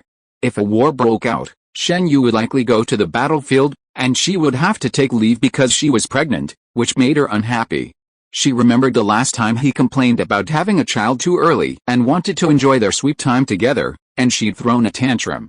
Recently, Miaomiao had been promoted to level 5 Mecha Master, and she was frustrated that her mental strength was still stuck at the peak of level 4, which had also made her feel a little down. To distract her, Lin Xianhao thought about having a baby. To this end, he even went to the best pharmacy on Star Network to buy fertility medication. The medication had no side effects, but it was expensive, using up most of his savings. After all his efforts and fertility medication, the baby finally arrived. However, his wife, feeling it was ill-timed, argued with him all night and morning, forcing him to skip meals last night and deny him nutritional supplements. This morning, she only gave him a small steamed bun, leaving him ravenous. He'd only eaten halfway through 2 bowls of porridge and a plate of shengjianbao, steamed buns, and now his wife wouldn't even leave him any leftovers. It truly broke his heart. What a heartless girl. I've loved you so much in vain. You're such an ungrateful little bastard. Lin Xianhao grimaced, preparing to return to his room for bed, heard noises behind him and the tantalizing aroma of food. He paused, his eyes lighting up. At the entrance to the restaurant, Lin Miaomiao clutched a small white porcelain soup bowl, piled high with food, topped by the sweet and sour sparrows he'd requested. "Here you go," the heartless girl shoved the bowl into his hands unhappily. "The food's cold. How can I give it to you if I don't heat it up?" Lin Xianhao held the bowl awkwardly. "Don't be angry, little sister. I was just saying it casually. Don't take it seriously." "Sorry, I took it seriously," Lin Miaomiao replied with a sullen face. "I'm an ungrateful little idiot. I hold grudges." Unable to appease his sister, Lin Xianhao squatted in the corner, eating with his small bowl of soup. As he ate, he faced the wall and thought about his mistakes. His sister was so beautiful, how could a brother doubt her character? It was absolutely wrong. Slurp, slurp. In less than 2 minutes, the brother who was facing the wall had completely forgotten about offending his sister and began to diligently eat his noodles. True, his bowl was mostly filled with vegetables, but at the bottom was a small bowl of his favorite sliced noodles. Lin Miaomiao's face darkened. Why was her brother so unreliable? Just looking at him made her want to punch him. Forget it. She was not in the mood to remind her brother about the things he should pay attention to. She should go back to her room to rest. She would talk to him about it when she was free. It would be nice to let her sister-in-law give him some more advice. Lin Miaomiao made such a happy decision. After finishing the vegetables and sliced noodles and absorbing all the soup, Lin Xianhao patted his stomach with satisfaction and took the empty bowl to the kitchen. After that, he remembered to continue to coax his sister, and then he found that his sister was missing. No way, another angry one. Lin Xianhao wanted to cry, but there were no tears. His wife was angry, and his sister was angry too. Both were difficult to coax. What should he do? No, he couldn't give up like this. He was still counting on his younger sister to help him coax his wife. He had to coax his younger sister back while his wife was still asleep. After clearing away the thick fog, Lin Xianhao finally saw the essence of the matter. He climbed upstairs without hesitation and knocked on his sister's door anxiously. Lin Miaomiao had originally decided not to open the door, letting her brother get a few more cold stares from his sister-in-law, but she didn't expect her brother to react so quickly. "Is there something wrong?" Lin Miaomiao asked impatiently. "It's nothing serious," Lin Xianhao smiled ingratiatingly. "It's just, don't look for me if it's nothing serious." Lin Miaomiao closed the door neatly. Lin Xianhao wanted to cry but had no tears. Why was it so difficult to coax a girl? He used to think it was quite simple. After 2 hours of wasting time at his sister's door, Lin Xianhao finally knocked on the door and obtained temporary entry permission. "What on earth are you going to do?" Lin Miaomiao was also drunk. She wanted to take a rest, but every time she was about to fall asleep, there would be bursts of knocks on the door. It was not right for her to sleep, but she was unwilling not to sleep. "I just wanted to chat with my sister," Lin Xianhao pointed at his finger in grievance. "Who knew you wouldn't even give me the chance? I've been knocking on the door all day." Lin Miaomiao held her forehead. "What's the rush? Can't we wait until after dinner?" It was a rare occasion for him to come home, and after dinner, everyone would gather together to talk. At that time, everyone could speak freely and say whatever they wanted. But the problem was, Lin Xianhao couldn't wait until then. He clasped his hands together and bowed to his sister, saying devoutly, "Little sister, you have to help your brother. Your sister-in-law has been mad since yesterday, and I don't know how to calm her down. She couldn't abandon the unborn child. In this day and age, children are precious. Even in the busy fleet, female crew members can take immediate leave as soon as they get pregnant, even until they've given birth and finished their confinement. So, regardless of whether Ranjiao was happy or not, the child had to be born safely." It was precisely because of this that Lin Xianhao was a little unsure whether his wife wanted the child or not. Lin Miaomiao looked at her brother with sympathy. He was a level 5 armor smith, after all, so how could his emotional intelligence be so low? He hadn't even noticed his wife wasn't angry anymore, and he was still preoccupied with figuring out how to calm her down. At this thought, her heart softened, and she decided to tell him the truth. "Brother, have you ever considered that sister-in-law isn't angry anymore? She's always wanted a child, and now that the baby's here, how could she not want one? But she just started to get angry and didn't even bother to pay attention to me. She went back to her room and just lay down on the bed, Not even looking at me, Lin Miaomiao said, his heart aching. He had been slapped so many times in the past 2 days. She accepted the child, but not your self-willed behavior. Even if this happened to me, I wouldn't easily forgive the culprit, Lin Miaomiao said, her tone more serious than ever. Hiss, Lin Miaomiao was stunned. He hadn't expected the situation to be so serious. What was he going to do now? He only had 4 days off, and he'd already been away for 2. Could he coax his wife back in the remaining 2 days? Seeing her silly brother frightened, Lin Miaomiao finally let out a sigh of relief. She casually sat down cross-legged on the bed and said coldly, "Actually, it's not impossible for you to be forgiven." Lin Miaomiao immediately rushed over, "Please give me the ice-breaking secret." Chapter 636 The Abnormal Old Man. Lin Miaomiao, sated, returned to his room with the secret recipe his sister had given him. With his IQ back to normal, the elder brother, Lin, already knew how to make his wife happy. Meanwhile, Lin Miaomiao, who had spent the afternoon as a free cook, lamented her own excessive worrying. From persuading Lin's father to find a second life to helping her elder brother and sister-in-law resolve their conflicts, the only thing left was finding a romantic partner for the old man. Speaking of romantic partners, however, she thought of Grandma Liang. For the past few years, Grandma Liang had been living with the younger brother, visiting the Lin family mansion during the holidays. She didn't interact much with the old man, but for some reason, she had felt a tacit understanding between them last night. For example, when Grandma Lin wanted to serve the younger brother a dish, the dish his grandson liked was far from him and close to Grandma Liang. Before he could even stand up to help, Grandma Liang used her serving chopsticks to grab a small portion for the younger brother. While there wasn't much tacit understanding when simply serving food to the younger brother, it was evident with Lin Miaomiao as well. Lin Miaomiao dared to discuss finding a stepfather for her with her father, but she didn't dare to discuss finding a step-grandmother with Grandpa Lin. She could only gossip silently in her heart. After talking to several people in the family, Lin Miaomiao thought of Yi Hongwen again. He should still be busy at this time. With his status, he couldn't take a holiday to go back and visit at this time, let alone accompany her back to the Lin family. For the first time, she felt resentful about her fiancé's status. Why did he have to be a captain when there were so many good things to do? Not only did he have to work hard, he didn't even have time to accompany her back to her parents' home. He was really an unqualified fiancé. After being a little depressed for a while, Lin Miaomiao ran upstairs to take a nap, and got up at 4 o'clock to cook a sumptuous dinner. There was another happy event in the Lin family today, and it had to be celebrated well. However, she seemed to have forgotten something. Lin Miaomiao pondered for a long time, but still couldn't remember it, so she gave up. Maybe the forgotten things are not very important? Carefully rolling the meatballs on the soaked glutinous rice, she then neatly arranged the plump white balls on a porcelain plate, then focused on preparing dinner. With a pregnant woman at home, one who was experiencing morning sickness, Lin Miaomiao used her communicator to research her preferences and restrictions before cooking. For example, sweet and sour foods were effective in relieving nausea. Her sister-in-law had enjoyed the sweet and sour pork ribs and salad with tomatoes at noon, so she decided to make 8 dishes for dinner: scrambled eggs with tomatoes, spicy and sour shredded potatoes, shredded cabbage, whole fish in sweet and sour sauce, shredded pork with fish sauce, homemade tofu, steamed pork with rice flour, and mushrooms and bok choy.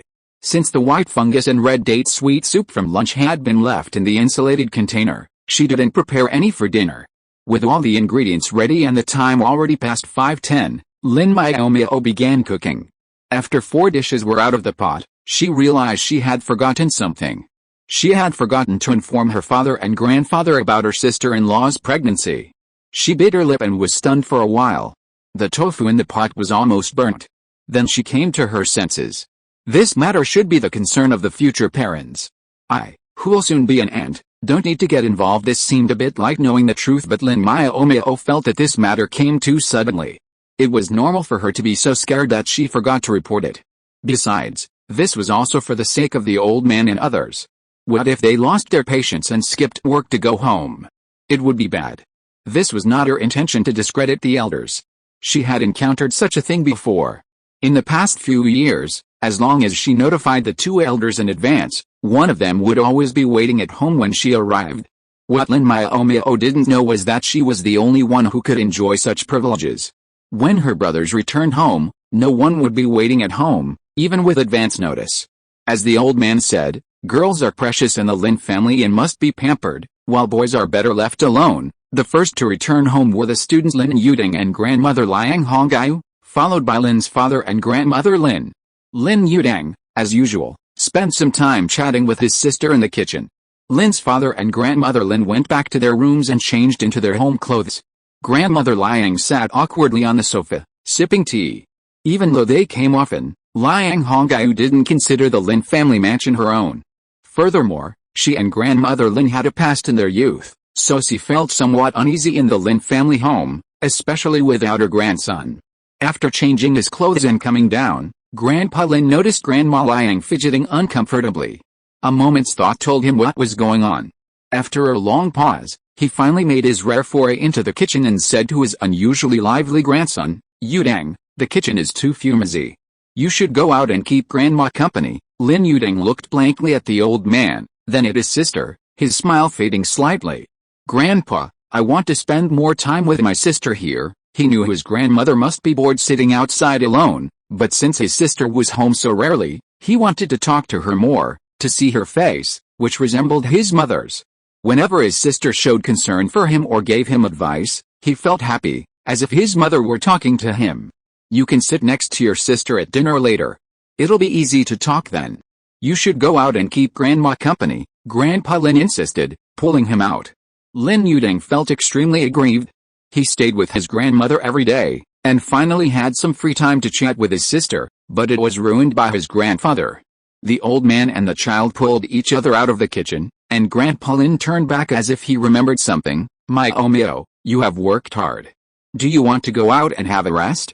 "Yeah, I can do the rest." Lin Miaomiao shook her head. Yi's cooking was all done according to the recipe. Although the taste was not bad, it did not feel like home. If she had the time, she would rather do it herself. She put soybean oil into the pot, added ginger, garlic and a few chopped chili peppers and stir-fried them for a while. Then poured the blanched shredded potatoes into the pot and stir-fried them for a few times. She picked up the bottle of aged vinegar, but because her hands were shaking, she accidentally added a little too much vinegar. She stir-fried the shredded potatoes for a few minutes, added an appropriate amount of salt and chicken essence, and Lin Miaomiao took a chopstick to taste it. She felt that the taste was still good, but it was too sour because of too much vinegar. Sister-in-law probably likes sour food, as sourness seems to stop vomiting, she muttered softly, placing the crispy shredded potatoes on a plate and putting it back in the insulated container as usual. "Come to think of it, Grandpa really cares about Grandma Liang. I'm a little jealous, only the mushroom and bok choy were left uncooked. Green vegetables shouldn't be left out for too long after being cooked, otherwise the green leaves will turn yellow." Lin Miaomiao asked Yi to set the table and invite everyone to eat. The dishes had already been placed on the table, and Yi went to notify everyone that dinner was ready before the dishes were served. After Yi had brought out the vegetables and soup, the last dish was also plated. Chapter 637. The elders were excited. The Lin family's dinner was very sumptuous, and everyone looked very satisfied. However, after taking a bite, they found that most of it was sweet and sour. There were no big meat dishes that the Lin family usually liked to eat. The only steamed pork with rice flour was still placed in front of Grandpa Lin. "Little sister, what's wrong with you today?" Lin Xianhao was puzzled. "Why are there none of my favorite braised pork, taro belly, mutton, and stir-fried pork intestines? There are only sweet and sour dishes." Ren Jiaojiao's smile froze, and she reached out and pinched her husband secretly under the table. These dishes were obviously made by her little sister for her. This idiot couldn't think straight, or he didn't care about the buns in her belly at all. After being scolded by his wife, Lin Xianhao's face instantly became bitter. He really didn't mean it. He just hadn't gotten used to the identity of a future father. To make amends, he unceremoniously picked up a plate of scrambled eggs with tomatoes and handed it to Ren Jiaojiao. "Wife, hurry up and eat. This is also sweet and sour, very appetizing." "Who asked you to help me?" Ren Jiaojiao frowned and said dissatisfiedly. "I can do it myself." She had never seen him take the initiative to pick up food for her before, but today he was more attentive. Could it be because the child was more important? The expectant mother's thoughts were scattered again. Everyone at the table stared at the couple silently. They were showing their affection during the meal. Did they think they were dead? Lin Miaomiao burst into tears. The others were single and didn't think much of it, but she, who had a fiancé, was shown all over the face. She had never had a good life. Ahem, Dad Lin cleared his throat and sternly accused his daughter, Miaomiao, you are really something. You finally come back once and don't even make something for your grandfather to like. You just make sweet and sour things. Grandma Liang seemed to be thinking about something. She had also eaten with the Lin family many times and never found anyone who preferred sweet and sour flavors. Most of the food on the table was of that kind. Could it be that someone was pregnant? Besides her, the only two people at the table were Lin Miaomiao and Ren Jiao. From the frequency with which they ate, it was easy to tell something was amiss. Jiao, is she pregnant? Grandma Liang asked softly, her expression a bit complicated. Yu Tang hadn't even graduated from college yet, and his older brother was already expecting a son. What, pregnant? Grandpa Lin and his father dropped their chopsticks. Ren Jiao was too busy eating to respond. Lin Xianhao proudly replied, yes, I'm pregnant. I've been expecting for almost 2 months. Great. Great. Great. Grandpa Lin laughed heartily. After over 20 years, we're finally going to have the sound of a baby crying in our family again. Lin Yuhei was delighted, too. After all these years, it's finally here. In 8 months, we'll have a sweet, soft little granddaughter. Ren Jiao looked up, bewildered. She realized the Lin family's obsession with granddaughters was extraordinary. Everyone was desperately hoping for a girl. The Lin family mansion was finally going to have another generation. Grandpa Lin and his father were so overjoyed that they didn't even have the heart to eat. After a quick dinner, everyone moved to the living room.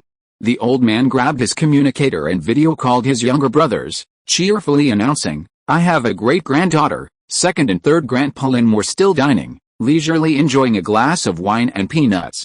Upon hearing this, the two elders sprayed their wine all over the table. Great-granddaughter? When did Xianhao's wife get pregnant? And she's already given birth. Not yet, said old man Lin, his eyes nearly tearing up with laughter. She's still in my belly. She's almost 2 months old. The two elders were both furious. She was only 2 months old, and they couldn't even tell the gender, yet the eldest brother was actually claiming she was a great-granddaughter. He was truly desperate for a great-granddaughter. Brother, at least wait until the baby is born before you brag about it. It's not even ready yet, and it's not certain whether it's a great-granddaughter or not. It's definitely true. I have a feeling, old man Lin declared confidently. You two must be jealous I'm about to have a great-granddaughter, so you're just saying that. You're overthinking it. The two elders felt their hearts ache. Why did their eldest brother seem childish? Just as Grandpa Lin was bragging to his two younger brothers, Lin Yuhei also started chatting with them on video. I always thought I was in my prime, but now I realize how time flies. If you don't pay attention, we'll become grandfathers. Lin Yuhu and Lin Yuquan were confused. What had upset their eldest brother today? Grandfather? He'd already been one for a long time, right? Big brother, are you okay? Lin Yuquan cautiously probed. Is everything okay at home? Yes, of course, Lin Yuhei said with a dreamy smile. Third brother, how are you doing lately? When are you planning to have a baby? Lin Yuquan became even more worried. Didn't we discuss this last spring festival? We're already trying to conceive. Could it be that the old man wanted a granddaughter, and he was too embarrassed to urge him, so he asked his eldest brother to call his second brother to help him? Then you have to work hard. Your niece-in-law is pregnant. Lin Yuhei's face was serious, but the smile in his eyes could not be concealed. In 8 months, you will have a niece to hold. Lin Yuquan felt terrible. He and his wife had been preparing for pregnancy for half a year, but there was no news until now. His eldest nephew and his wife didn't say they wanted a baby this year, but she got pregnant earlier than them. What's wrong with this world? Brother, Lin Yuquan stared solemnly ahead, as if he had something important to say. But what he actually said was, my meal is almost over, and it's time to get back to training. I won't chat with you any longer. We'll talk later. Without even saying goodbye, Lin Yuquan quickly hung up the call. Lin Yuhei muttered unhappily, you little brat, you actually found such a lame excuse to run off? Don't think I didn't know you guys don't start training until 7:30 p.m. Fortunately, after one person left, there was another. Lin Yuhei calmed down and turned to Lin Yuhu, saying, second brother, Lin Yu, who shuddered and instinctively said, "Brother, I have to take food to my wife. I'm leaving now. We'll talk later," and then nothing happened. Lin Yu could only stare at the darkened screen, feeling alone and lost in thought. The two elders were busy announcing the good news to the relatives. Seeing this, Lin Xianhao immediately took his wife back to their room. He felt that everyone was too excited and needed to calm down. But Ren Jiao had a good sleep in the afternoon, and it would be inconvenient to go back to her room so early, because she was pregnant and even had to strictly control her time to access the Star Network. Grabbing the pillow by the armrest and hugging it in her arms, Ren Jiao leaned against the human cushion next to her, shifting her posture to choose a comfortable position, and expressed with practical actions that she didn't want to go back to her room. Jiao, be good, let's go back to the room. Everyone is busy and has no time to chat with you, Lin Xianhao coaxed softly. Wait until tomorrow, let's talk tomorrow, okay? Ren Jiao looked around and found that her father-in-law and grandfather were spreading the good news everywhere, her sister-in-law and brother-in-law were chatting, and the only one who was alone, Grandma Liang, was in a daze, and she immediately lost interest in chatting. Chapter 638, Unexpected Incident on the Return Journey. Because of Ren Jiao's pregnancy, the old man and Lin's father were in a much better mood. In the next 2 days, they did not mention the unstable situation. If Lin Miaomiao had not retrieved the fully upgraded Aoxa before returning to the fleet, she would have thought that this departure was no different from the previous ones. Of course, it was not only Aoxa's performance that was improved, but Lin Xianhao and Ren Jiao's mechas were also sent for inspection and upgrades. What touched the Lin siblings the most was that Lin Yu gave them a bunch of level 6 energy cards. Except for Ren Jiao, who had to take leave to take care of her pregnancy, everyone got more than 100 cards, even Yi Hongwen, who was absent, got some. This was a huge amount of money. Dad, you didn't withhold all the level 6 energy cards sold in the club, did you?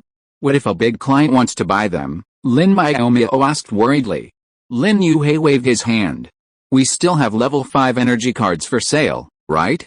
Not many people would bother with level 6 anyway, so I'll give them to you. Well, Mr. Lin was rich and powerful, so he didn't even blink when he handed over so many level 6 energy cards. Lin Miaomiao and the other two were impressed. On the day they returned, Old Man Lin took a leave of absence, saying he wanted to take them to the passenger ship. Lin Yu didn't go to the company either, so the two elders insisted on taking the three of them to the passenger ship and watched them board before leaving. The passenger ship took off, and the three people who had already settled into their seats looked at each other in silence. After a long pause, Lin Miaomiao broke the silence with a faint sense of relief. Grandpa and Dad are so silly, putting on such a grand show. It's as if we're never coming back. Don't talk nonsense, Lin Xianhao glared at her. We are going back to the fleet, it's the same as before. Don't think too much, I think they are not sending me off, but the uncooked bun in my wife's belly, that's true. If there was no one at home to take care of my sister-in-law, Grandpa would definitely not take the initiative to ask my sister-in-law to go back to her parents' home to take care of the pregnancy, Lin Miaomiao said thoughtfully. I always feel that Grandma Liang's reaction is a bit strange, and she even volunteered to help my sister-in-law take care of the pregnancy. Doesn't she want to be with her brother all the time? Another problem is that Liang Honggai was an outsider after all. If Ren Jiao really asked her to help, she would not feel at ease. Even if she was Lin Yudang's biological grandmother and Grandpa's first love, she felt a little awkward every time she saw Grandma Liang. Indeed, it was the old man who had initiated Ren Jiao's return to her parents' home to rest and recuperate. This saved Lin Xianhao, who had already planned it, a lot of trouble and deeply touched the pregnant woman, who felt she had truly met an open-minded parent. Ren Jiao leaned back in her chair, listening attentively to her husband's bickering with her sister-in-law. She was now grateful to have married the right man. Not only was her husband kind, but her in-laws were also very kind and understanding. The siblings continued their meaningless bickering, trying to pass the time, when the passenger ship suddenly shook violently, as if under attack. What's going on? Are we encountering pirates? No way. There are pirates so close to Shaoyin Star, damn it, why is it still shaking? The captain doesn't come out to explain what's going on. It must be pirates, otherwise why wouldn't the captain say anything? Oh my god, someone come and save us, the passenger ship was in chaos. People kept standing up and running around, trying to find a flight attendant to ask about the situation, but the warship was still shaking. People on the aisle were staggering, and the passengers sitting near the aisle were unlucky. After pushing away the people who bumped into her for the 18th time, Lin Miaomiao began to wonder if she was possessed by the god of bad luck. Why didn't these people bump into the people in front of her or behind her, but only when they came to her? They couldn't stand steadily. Is there a hole on the ground? Lin Xianhao couldn't sit still any longer. He unbuckled his seatbelt and stood up. Little sister, get up. Let's try switching seats. After they switched seats, the people who fell here miraculously stopped. Renjiao was surprised. What's going on? Many people clearly forgot that Miaomiao fell. Could it be that her sister-in-law has an unlucky constitution and is prone to disasters? This has never happened before. Thinking of this, she couldn't help but look at her sister-in-law again and again. Renjiao's eyes were too strange for the Lin siblings to ignore. Lin Xianhao explained with a smile, those people did it on purpose, trying to take advantage of the chaos. Now that I'm sitting outside, those people won't dare to try. The saying that a bystander sees more clearly is quite true. Lin Miaomiao only thought that the people who bumped into her were annoying, and some of them looked very friendly. She didn't notice that there was a person who kept walking back and forth in the aisle, pretending to fall every time he passed her. Oh my god. The warship is constantly shaking, which means something's definitely wrong out there. They're still thinking of such a mess, not even afraid of getting killed by pirates. Renjiao couldn't believe her ears. She didn't believe these guys would disregard life and death. Lin Miaomiao had come to her senses and remembered that something was wrong with those people. For example, no matter which direction they walked, they would fall when they got close to her, and they always fell towards her. There must be something fishy going on. She sneered, they think this is close to Shaoyin Star. Even if some foolish pirates come to rob us, the warship station nearby will come to our rescue. There's no danger at all, no way, such a lucky guess is wrong. Anyway, do we really not need to go out and check it out? Renjiao felt depressed. The constant shaking of the passenger ship made her chest feel tight and short of breath, making her feel very uncomfortable. Renjiao held a thick garbage bag and retched continuously. Her face was pale and she looked very weak. Lin Miaomiao gently stroked her back, hoping to ease her discomfort. Seeing no effect, she grew anxious and pulled a small box from her space button, rummaging through it until she finally found a package of plums. The plums were still unopened, so Lin Miaomiao opened them. Try one, sister-in-law. They're a bit sour, and they should help with the nausea. Renjiao grabbed a few and stuffed them into her mouth, her brows furrowing in a knot. Sour plums can certainly help with vomiting. But these were too sour. She wondered why Miaomiao would even carry such a snack. It's so sour, but it helps. Renjiao spat out most of the plums into the trash bag. Too much sour food can rot your teeth, so it's best to eat less. Half an hour later, the passenger ship finally stopped shaking, but the passengers were even more panicked. The captain hadn't come out to explain what had happened, and the crew hadn't appeared either. Perhaps the ship had been hijacked, and the pirates were about to appear. The door of the passenger cabin slowly opened, and everyone's heart was in their throat. No one knew what would happen after the door opened. Some passengers even collapsed in their seats in despair. Chapter 639, Public Outrage. The door opened, and several flight attendants in sky blue uniforms emblazoned with the ferry company's logo walked in. Leading the way was the ferry's chief purser. She was a beautiful, youthful-looking woman with an oval face, thin, curved eyebrows, almond-shaped eyes, and small lips. Only a few wrinkles at the corners of her eyes, barely concealed by foundation, gave her a hint of age. She held a small megaphone in her hand. The moment she entered, she flashed a beautiful smile and said in a sweet voice, "Ladies and gentlemen, welcome aboard the Ping and Short-Haul Ferry. I'm Liu Su, the ferry's chief purser." Next, although Liu Su was beautiful, the passengers, having just experienced a panic, were in no mood to listen to her nagging. The mild-mannered ones could manage to endure, but the impatient ones were already shouting. "What's wrong with your cruise ship? It was shaking for so long, and no one came to explain. Where's the captain? Your captain of the Ping is so arrogant. He didn't even show up after such a big incident.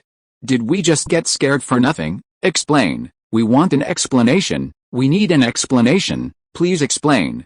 Thousands of passengers' voices converged, and even Liu Su, with her megaphone, couldn't stop them. This was her first time encountering such a situation, and she was inevitably a little panicked. "Quiet. Everyone, be quiet," Liu Su shouted repeatedly through the megaphone, her voice spiking as she struggled to maintain her strength.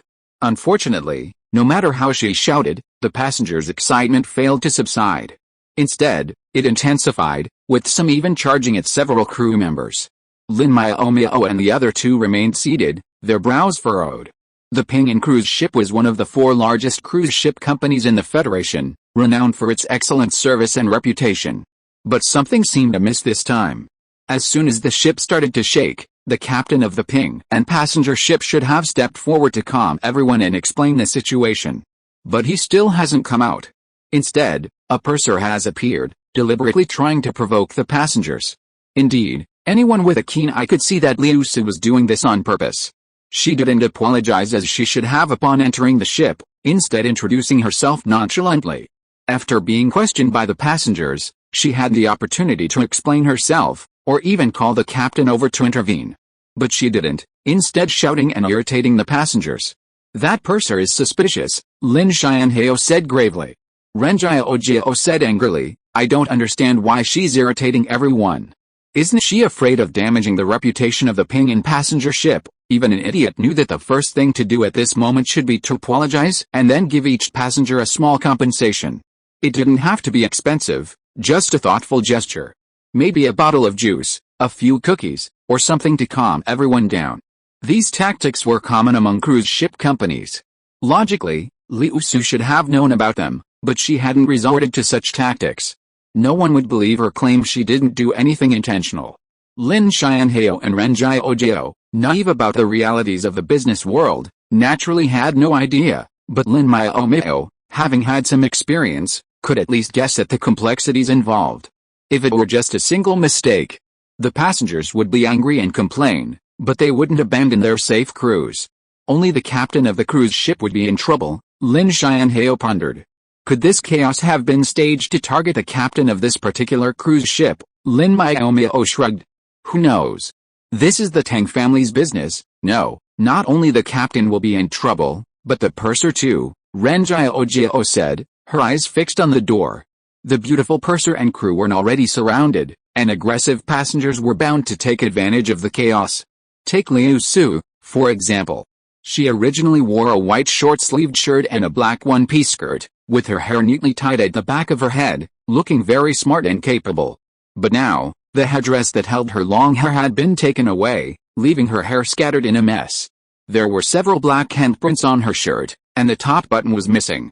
If it was just a few handfuls of tofu that Liu Su would not care, but what made her angry was that someone twisted and pinched her, and even had long nails scratching her key parts, which made her cry so hard. "Let me go. You thugs. I'm going to sue you," Liu Su cried with tears and snot, and the delicate makeup on her face had been washed away by tears. However, even so, no one sympathized with her. Instead, her current appearance scared some of the guys who were sympathetic to women, and those who wanted to save the beauty ran away immediately. For a moment, cries, shouts, and threats filled the passenger cabin. While the other flight attendants weren't mistreated, being surrounded by so many people was unnerving. In this chaotic environment, Lin Miaomiao and the other two, sitting still in their seats, stood out. "Hey, guys, you're really sitting still. Ever since the ship started shaking, I haven't seen you get so excited," the young man in the back seat said, leaning over the back of Lin Xianhao's chair. Lin Xianhao glanced at his sister and wife. They thought this was a farce, starring passengers and flight attendants, and it was quite exciting to watch. But he couldn't say it directly, or everyone would turn on them. So he said half-heartedly, "It's not that we're not excited, but we have no other choice. Look, my sister is so fragile. What if she gets hurt if we ask her to help?" The frail Lin Miaomiao looked up at the young man with a blank expression and nodded. He felt a cool breeze blowing, chilling him all over. "And my wife is pregnant, less than 2 months pregnant. It's time to take good care of her. She was frightened just now. If it weren't inconvenient, I'd like to revenge for myself." A frightened Ren Jiaojiao was munching on beef jerky, her cheeks puffed out like a hamster stealing food. The young man chuckled. This was his delicate sister, his frightened pregnant wife. It looked like a lie, no matter how you looked at it.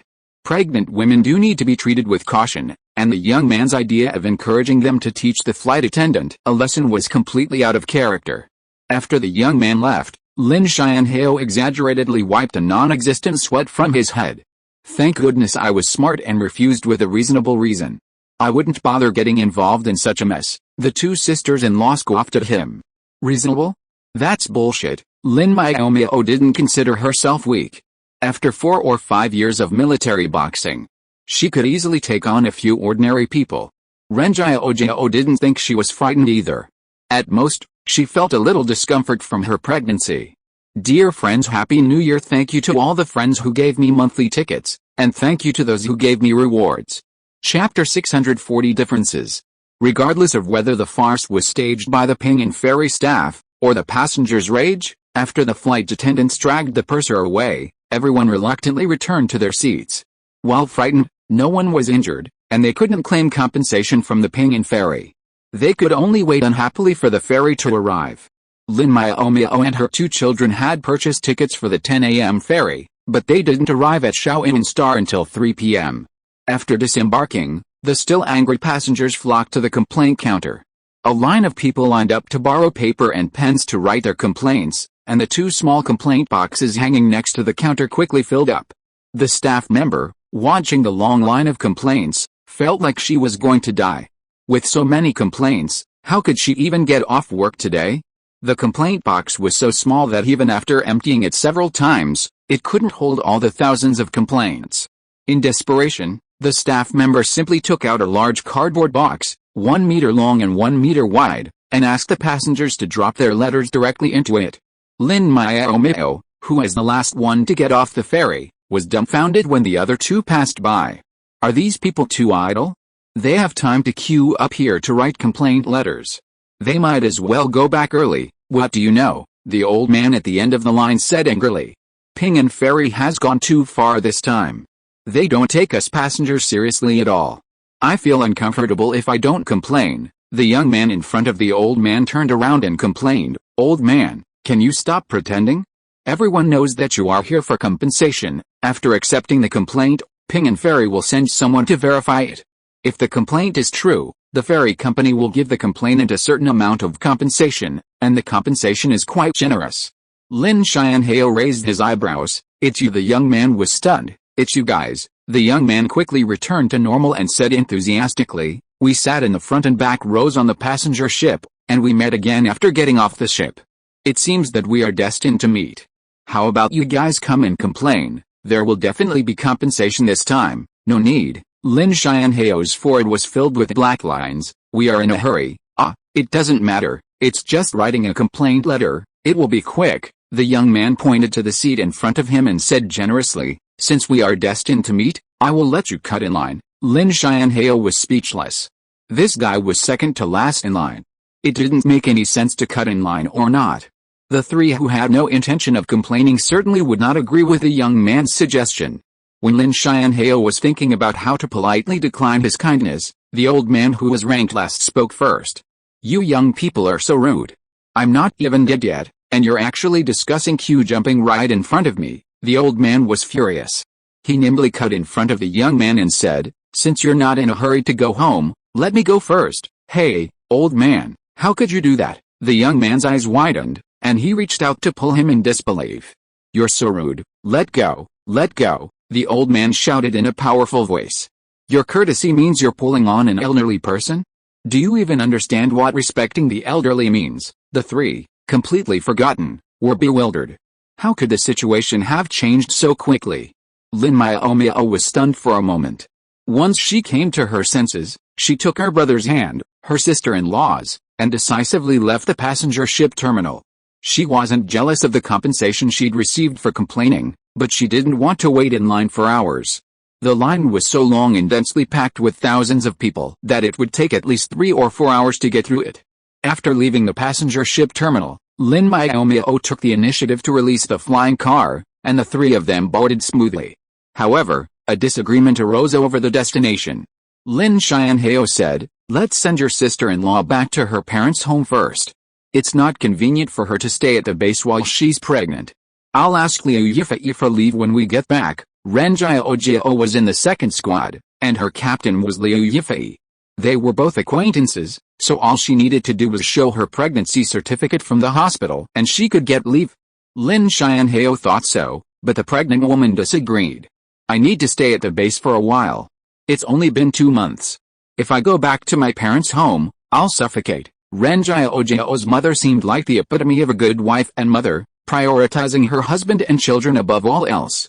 She wouldn't interfere in their lives, but would quietly and attentively care for them from behind. However, her mother had a bottom line: the next generation. If Ren Jiaojiao wasn't pregnant, staying at her parents' home would be like living in paradise. She could do whatever she wanted, eat whenever she wanted, and her mother wouldn't interfere. Unfortunately, she was pregnant. Once under Mother Ren's sphere of influence, everything would be prioritized over her unborn child. She had to eat when it was time to eat, sleep when it was time to sleep, and even leave the house with her, supervised, to prevent her from going to crowded places. This was just a general idea. The details would give Ren Jiaojiao a headache. What foods she could and couldn't eat, what she could eat more of, and what she had to eat less of, Mother Ren would strictly enforce. Although it was Ren Jiaojiao's own choice to return to her parents' home to nurse her pregnancy, she didn't want to be controlled by her mother now. She would be suffocated by being unable to eat, drink, or have fun for nearly a year. Back in the fleet, Lin Xianhao was either busy in the armor-making room or exercising, leaving him with little time to supervise her. That was truly a life of luxury. Ren Jiaojiao had a nice idea, but Lin Xianhao would never agree to it. He didn't argue with his wife head-on, but directly sent a video message to his mother-in-law: "Mom, I took Jiaojiao back to Shaoyingsing. There is no female elder in my family, and I'm afraid it would be inconvenient to hire a nanny, so I had to bring her back. But her current condition makes it a little inconvenient for her to live in the base. Can she stay at your place for a while?" Ren's mother's eyes lit up. She had been worried about this since her daughter and son-in-law returned home. She was considering whether to put aside her old face and take the initiative to mention the matter of taking her daughter home to protect the pregnancy, but she fell asleep and hit the pillow. "Xianhao, I know your family's situation quite well. Jiaojiao has been spoiled by her father, and hiring a nanny to take care of her may not be enough to control her. If you are confident, just leave her to me." "Of course I am confident in you," Lin Xianhao answered without hesitation, and was about to finalize the time to send someone over. "Then I will send Jiaojiao over now, so we don't have to go back to the base and make a fuss, okay? I clean her room every day anyway, so you can just come back." Ren's mother was also very straightforward. Ren Jiaojiao raised her hand weakly. "Don't you want to ask for my opinion?" Ren Jiaojiao dared to confront her husband, but she didn't dare to talk back to her gentle mother. If the video call was not connected, she would have dared to hang up. Now she could only roll her eyes at her husband, but she didn't dare to press the hang-up button, let alone directly object. She could only express her different opinion in a tactful way. If you are listening to this novel on a channel other than Fanfic World, it means it was downloaded and re-uploaded without effort. We warmly invite you to visit our channel, Fanfic World. There you will find the original version of this story and many other novels of various genres. We look forward to seeing you dive into a world of incredible novels. Chapter 641, Mother Ren's Mighty and Domineering Power. Ren's mother and son-in-law happily decided on their daughter's next pregnancy care location. They hadn't expected her daughter to summon up the courage to protest, and suddenly felt like a complete failure in her parenting. Jiaojiao was almost a mother, yet how could she still be so willful, not even considering the child in her belly? However, Ren's mother was always open-minded. Since her daughter had protested, she had to give her a chance to speak. So, she smiled kindly. "It was my oversight. So, Jiaojiao, what do you think?" A chill ran down Ren Jiaojiao's spine, and she almost surrendered outright. But thinking back to the days she'd been under control, she steeled herself and acted coquettishly. "Mom, I just want to stay at the base a few more days, so I can spend more time with Xianhao." "Really?" Ren's mother's face was filled with disbelief. "I thought you just didn't want to go home too early and be under my control." It's true, a mother knows a daughter best. Even without further explanation, Ren's mother knew her daughter's inner thoughts, but this time, she wasn't going to let them go. Ren Jiaojiao had never been one to sit still, adept at climbing trees and sauntering down the river like a tomboy. It was impossible for her to sit still for half an hour. If she stayed at the base, she'd most likely succumb to temptation and run to the gym, so her mother had made up her mind. No matter how much her daughter objected, she'd make it a priority to return to her parents' home today. If her son-in-law couldn't bring him back, she'd go get him herself. Even then, unaware of her mother's decision, Ren Miaomiao was still trying to be cute. "Mom, think about it. Your son-in-law and I were so busy before, we never even had time to sit down and chat. Now that we finally have some free time, I think," her mother interrupted with a smile, "I understand how you feel. Can you promise to eat and sleep on time while you're at the base, wear loose-fitting clothes, and avoid the gym?" Ren Miaomiao was stunned, then quickly replied, "I can." Regardless of whether she could do it or not, it was better to agree now, so she nodded vigorously. But would her mother be so kind as to let her off? Of course not. "But I don't believe you anymore, because you have a long criminal record," Ren's mother said bluntly. Ren Miaomiao blushed. She was too active when she was a child. Every time she was caught by her mother, she was anxious. She promised her mother not to run around many times, but she always broke her promise.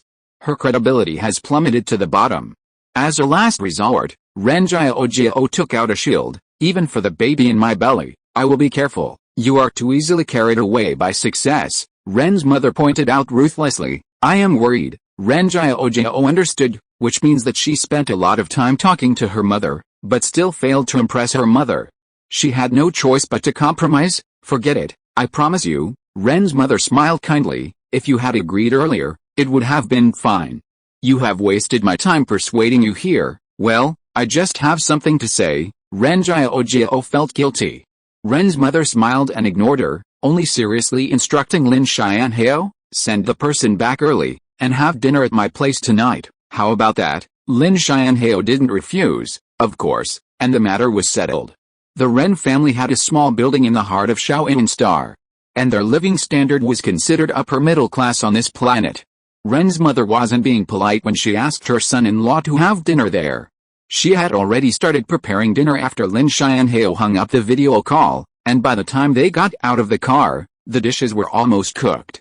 In fact, it was still a bit early to eat dinner at this time, but Ren's mother knew that her son-in-law would have to return to the base later, so she thought it would be better to eat earlier. The Ren family's small building was only 5 stories high, with a small courtyard outside. Although it didn't cover a large area, it still looked very nice. The three of them walked into the living room as if they were familiar with the place. They were greeted by a fragrant aroma. Ren Miaomiao's eyes lit up instantly. Mom, you finished it so quickly." Ren's mother's gentle voice came from the kitchen. "Miaomiao has to go back to the base in the evening. I wanted to finish eating early so that he can go back early." In the interval of cooking, she peeked out to glance at her daughter, and waved at Lin Miaomiao. "Miaomiao was here too. Sit for a while. I'll ask the housekeeper to make juice for you." "Don't bother, I'll just drink water," Lin Miaomiao said with a soft curve at a corner of her mouth. The warmth in her eyes made people know that she was in a good mood. "Don't be polite, you're Miaomiao's sister, just treat this place as your own home," said Ren's mother, not forgetting to hide her daughter who was slumped on the sofa. "Don't just care about your own comfort and don't take Miaomiao out to play. Mom, you are my real mother, right? I'm so tired now, and you still want me to show Miaomiao around the house. What's so good about it?" Ren Miaomiao really thought there was nothing worth visiting at the Ren family's house. Whether it was size or the heritage of the house, the Lin family's old house was far superior to the Ren family's. Ren's mother didn't know the messy things her daughter was thinking, but the house tour was indeed quite boring, so she didn't force it. Marshal Ren had not returned by the time the meal was ready, and Lin Miaomiao insisted on waiting for his father-in-law to come back for dinner. Ren's mother could no longer sit still, so she video-called the military headquarters. "Old man, when will you be back?" Ren Miaomiao frowned. "It's only 5 o'clock now, and it will take 5.5 years to get off work." Ren's mother was unhappy. "I just sent you a text message to tell you that my son-in-law has sent my daughter back and will return to the base later. How can we not eat early? You'd better come back quickly. You can eat first and leave some dishes for me," Ren Miaomiao said. "The army must have its own rules. Being late or leaving early are violations. How can you encourage me to do something illegal?" "What did you say? I encouraged you to do something illegal?" Ren's mother's voice rose 8 degrees. "Don't think I don't know. The other marshals often go to the military headquarters to punch in and go back. You have always been disciplined. It's not a big deal to leave early once for something. I don't know what you are talking about, Lin Miaomiao, who was a little embarrassed, because those colleagues were really like that. The 5 marshals are there to keep the peace in the Federation, and there are people specifically assigned to handle military affairs. Only major matters will be handed over to them for discussion and decision. On weekdays, there is nothing to do. All they have to do is sit in the office leisurely, drink tea, surf the internet, and be good mascots. So, leaving early for a while is nothing at all, and Lin Miaomiao, who refused to leave early not because he really wanted to abide by the military rules, but simply didn't want to eat so early, so he just found an excuse to get away with it. However, after being married for many years, how could Ren's mother not see through her husband's perfunctory attitude? Her face immediately turned cold. You mean, you won't come back to have dinner with your son-in-law when he comes? Lin Miaomiao, who felt a little guilty. Isn't it time to get off work? Can't I rush back when the time comes? No, Ren's mother sneered and said bluntly, you only have 2 choices. One is to come back now, immediately, right away. What's the second choice? The second is, don't come back tonight. Chapter 642 Shameless, Too Shameless. Given his wife's overwhelming authority, Marshal Ren left early, reappearing in the living room less than 10 minutes later. Mother Ren nodded in satisfaction, waved, and instructed the robotic butler, serve the food. Lin Xianhao tactfully greeted his sullen father-in-law, Dad, Jiao's going to have to stay here for a while, sorry to bother you too. Lin Miaomiao, who lost his usual dignity, his deadpan expression blunt, she's my daughter. If she wants, I'd be happy to live at home forever. You don't need to say nice things, Dad. Ren Jiao's eyes welled with emotion. I knew you were the best to me. That's not what I meant. Lin Xianhao pleaded with his mother-in-law with a pitiful look. They say, the more a mother-in-law looks at her son-in-law, the more interesting he becomes. His mother-in-law had indeed been on his side just now, and she probably wouldn't be any different now. As expected, Mother Ren didn't disappoint him. She whispered directly into Marshal Ren's ear, what do you mean by that? Are you trying to drive Xianhao out of the Ren family? I'm telling you, if Jiao lives here forever, Xianhao can stay right in front of you forever, too. Even when the mother-in-law was lecturing, her tone remained gentle. But her words were never to be ignored, not by Marshal Ren. It hurts? No, it hurts, Lin Miaomiao said, defying the pain. Hurry up and let go. You're crazy. You're treating me like this for your son-in-law. Can't I just let it go? Of course I won't, Mother Ren said with a warm smile, turning to look at her son-in-law. Xianhao, it's time for dinner. Go wash your hands. Lin Xianhao was so moved that he was speechless. Mom, I knew you were good to me. These words echoed the words Ren Jiao had just said, but he didn't dare add the word most. After all, he didn't dare to rank his wife below his mother-in-law. At this moment, the most depressed person in this house is probably Lin Miaomiao. Why did she come here to eat for free? Big brother obviously has his own car, but now it's forgotten in the corner. Fortunately, after being despised by his wife, Marshal Ren also squatted in the corner to draw circles, and automatically squatted in a row with Lin Miaomiao. Hey, girl, how come you have time to come here to play today? Why don't you accompany your captain fiancé? Lin Miaomiao replied with a wooden face, I'm sending my sister-in-law back to her parents' home, and I'm having a free dinner by the way. Marshal Ren's eyes lit up. Did you help in the evening? His wife's cooking skills are good, but he still has to admit that Lin Miaomiao's title of little cook is not called for nothing. He feels very happy every time he eats the dishes she cooks. I'm here to eat for free today, Lin Miaomiao emphasized. As a guest, how can I interfere? Marshal Ren shrugged. You're Xianhao's sister, Jiao's sister. We're all family, and it's normal for us to help cook dinner. Lin Miaomiao was stunned. Was this what Marshal Ren, one of the 5 great marshals of the Federation, said? How could it sound so shameless? Terrified, she could only put on a desperate expression and said dryly, my aunt had already cooked dinner when we got back, and I didn't even have the chance to help. It's okay, it's not too late for you to add a few dishes now, Marshal Ren said generously. I'm not hungry anyway. Finally unable to bear it any longer, Mother Ren raised her voice, old man. Wash your hands and eat quickly. The 2 children need to return to the base later. The Ren family was not used to talking at the dinner table. The five of them finished their meal in silence. Lin Xianhao and Lin Miaomiao said goodbye to the Ren family and prepared to leave.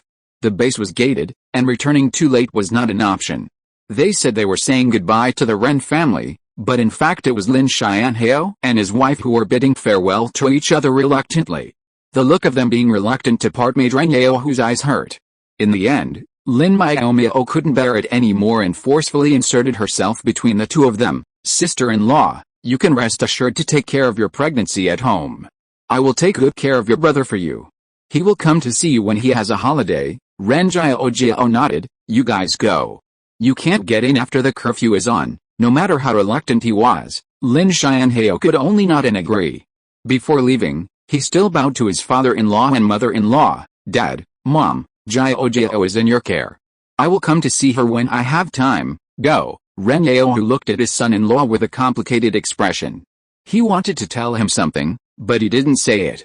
He just sighed and promised, no matter when, no matter where you are, we will take good care of her for you. Except for Ren Jiao with tears in her eyes, everyone else was shocked.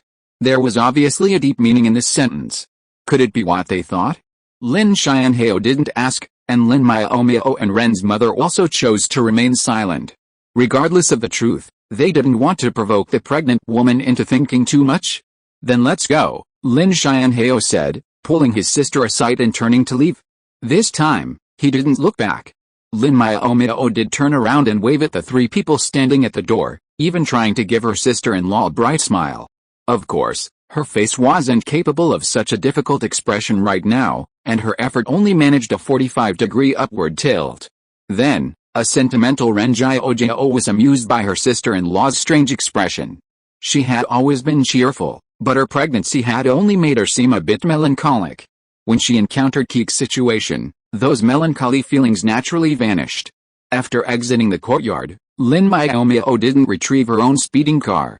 Instead, she said to the drooping Lin Xianhao, "Driver, hurry up and get the car out." Well, despite all his sorrow, Lin Xianhao couldn't remain melancholic anymore. He tried to secure a seat for himself as a passenger. "Little sister, isn't it your job to drive?" "No," Lin Miaomiao said faintly, "I only serve beauties. A big, rough guy like you is not within the scope of my service." Lin Xianhao frowned. It sounded like he was not good looking. Although his own appearance could not be called stunningly beautiful, he could be said to be as beautiful as a flower. Abba, he was wrong. He was obviously a big man who stood tall and upright. How could he be measured by beauty? He should be said to be handsome. "Forget it, I'll drive. Anyway, my car is not worse than yours," Lin Xianhao compromised. Lin Miaomiao curled her lips. "Brother, you really know how to comfort yourself." This was not false, because although Lin Xianhao's flying car was also the latest model of the Heguan group, it was not a limited edition custom version. Lin's father's preference for daughters over sons was extreme. Before his son's wedding, he only gave his son a small monthly allowance. When he got married, he gave his daughter-in-law 2 luxurious villas on Shaoyin Star and a robot store. As for his son, who had married, not only did he not give him any gifts, he also stopped giving him monthly allowance. In other words, Lin Xianhao was now poorer than not only his sister but also his wife. Even his current car was bought by his wife as a gift. Chapter 643, The Gift After Returning. The siblings bickered as they hurried back to their base, arriving just before 10 o'clock. Just as they were about to return to their dormitories, Luo Cheng emerged from the guardhouse. "Xianhao, little cook," Luo Cheng said, his smile almost too bright.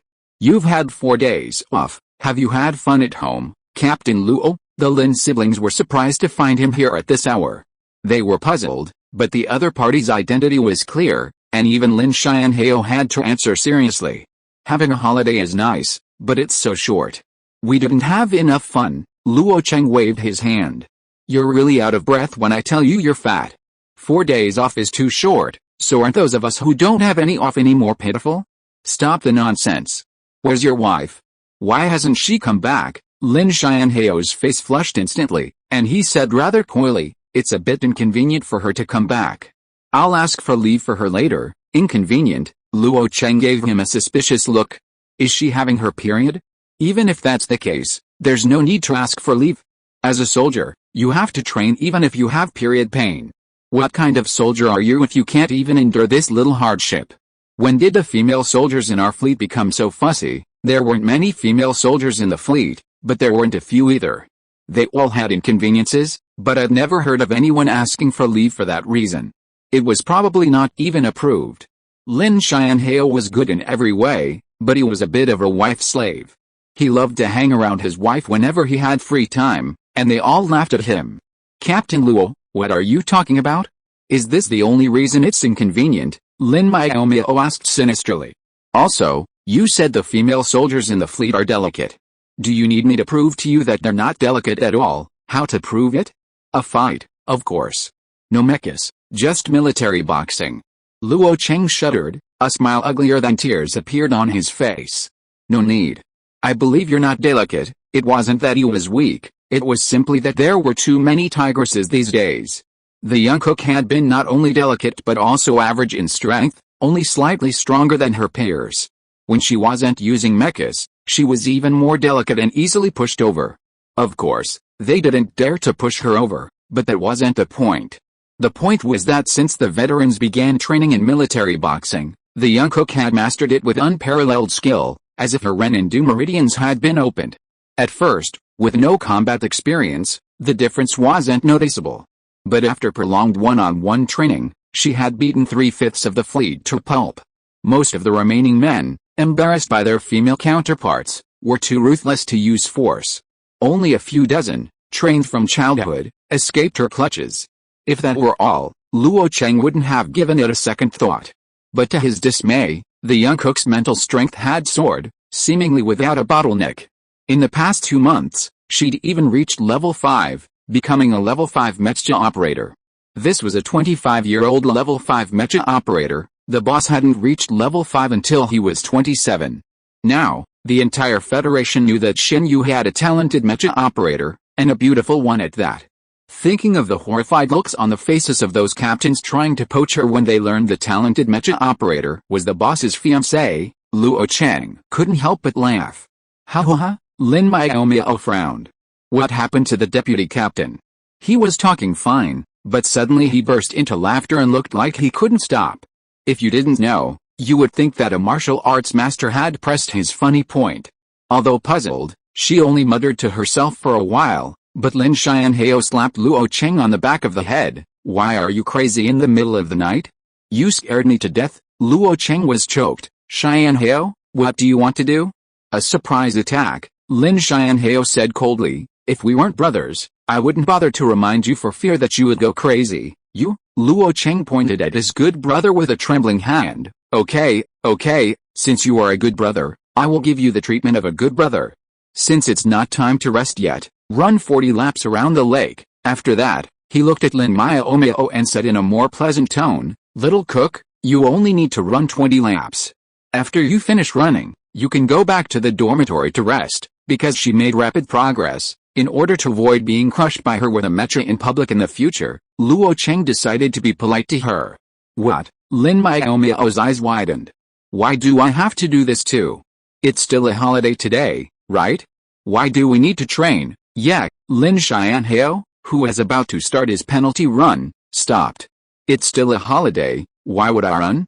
Girl, go back to sleep. Lin Miaomiao followed her brother's steps with a blank face. Luo Cheng hurriedly stopped her. I didn't ask you to run. It was Deputy Captain Song and Deputy Captain Li who suggested it. They said you have a few days off, and they want to test whether you are lazy. 20 laps in half an hour.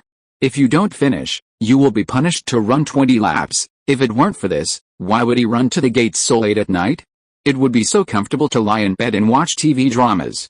Oh, and those guys like Liu Yifei.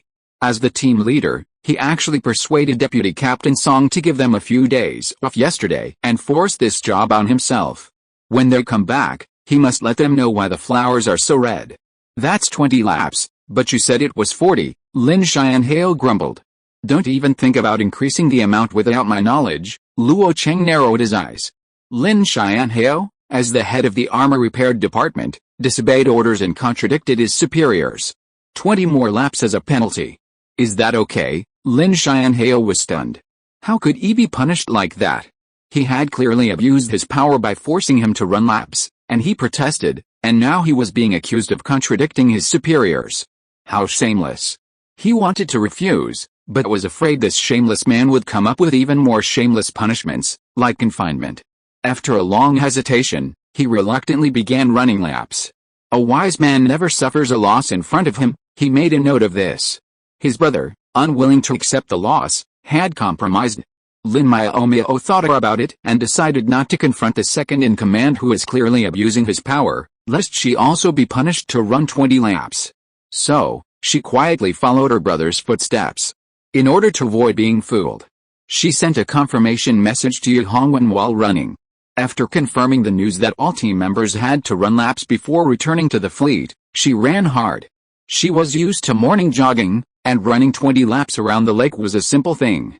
After more than 20 minutes, Lin Miaomiao had run the required number of laps, tapped the counter for the last time, and prepared to go back to the dormitory. Lin Xianhao, who was running in front of her, said sadly, "Dear little sister, can't you spend more time with your dear brother?" Lin Miaomiao didn't even turn her head, and said in an extremely calm tone, "Dear brother, your dear little sister is tired and must go back to rest. You don't want her to be unable to get out of bed tomorrow and miss her normal morning jog, right?" Lin Xianhao was speechless. Chapter 644 Guilty Heart. He'd already run 20 laps the moment he got back. Was that a sign of respect from the fleet's higher-ups? Lin Miaomiao didn't know what the other team members were thinking, only that she was bummed.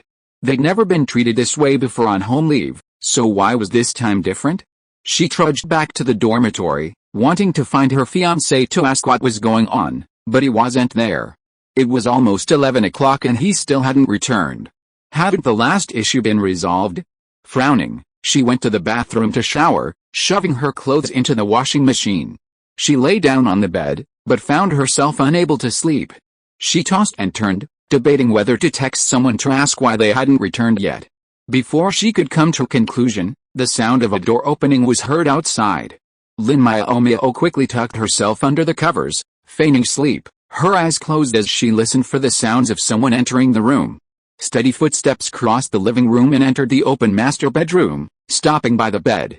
Then, her side of the bed tilted slightly, and it was clear it was Captain Yi who had taken the seat. Yi Hongwen sat quietly on the edge of the bed, staring at his fiancée, but for a long time, he didn't seem to want to speak. Lin Miaomiao couldn't even pretend to sleep anymore. Just as she was about to open her eyes in protest, a cool hand landed on her face.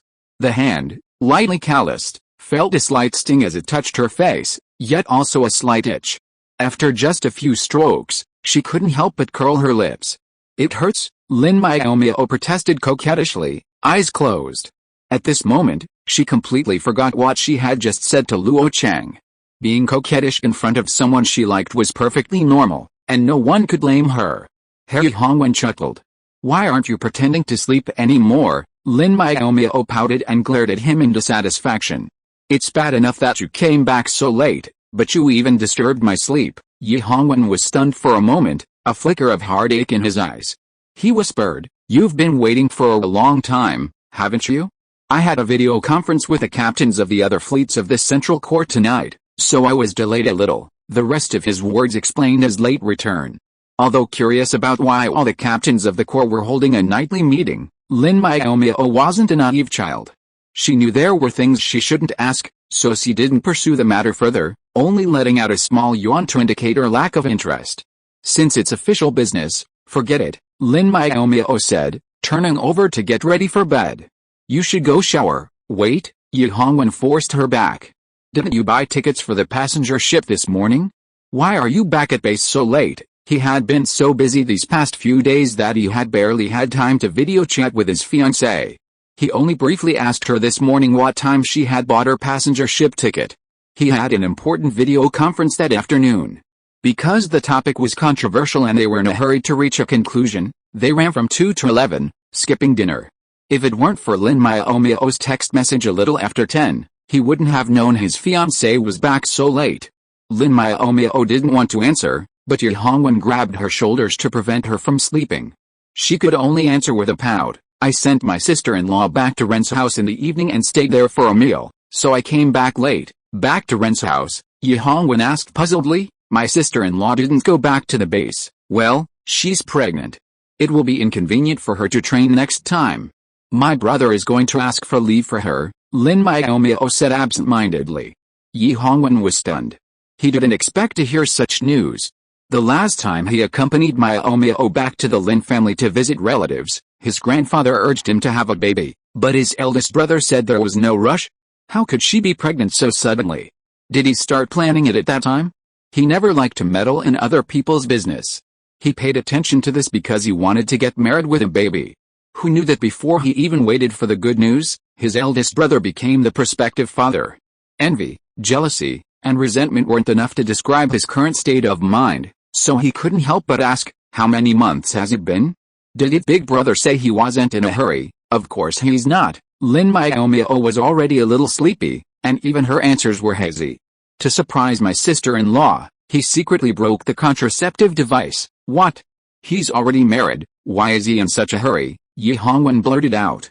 Captain Yi shouldn't have said such words, as it would have made Lin Miaomiao think about things she shouldn't, but now that the words were out, he couldn't take them back. Unfortunately, it was too late.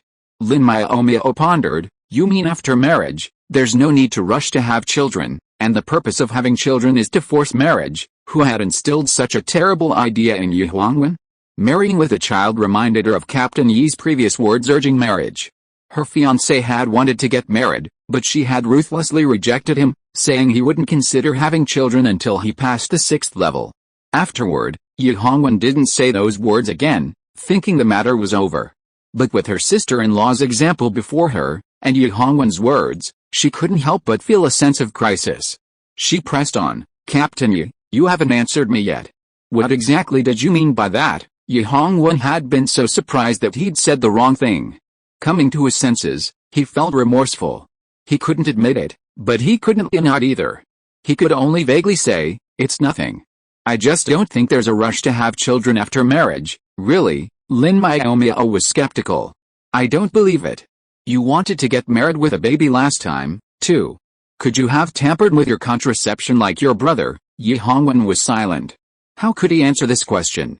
The answer was yes, but it was obviously not something he could say out loud. After a moment's hesitation, he decided to gloss over it.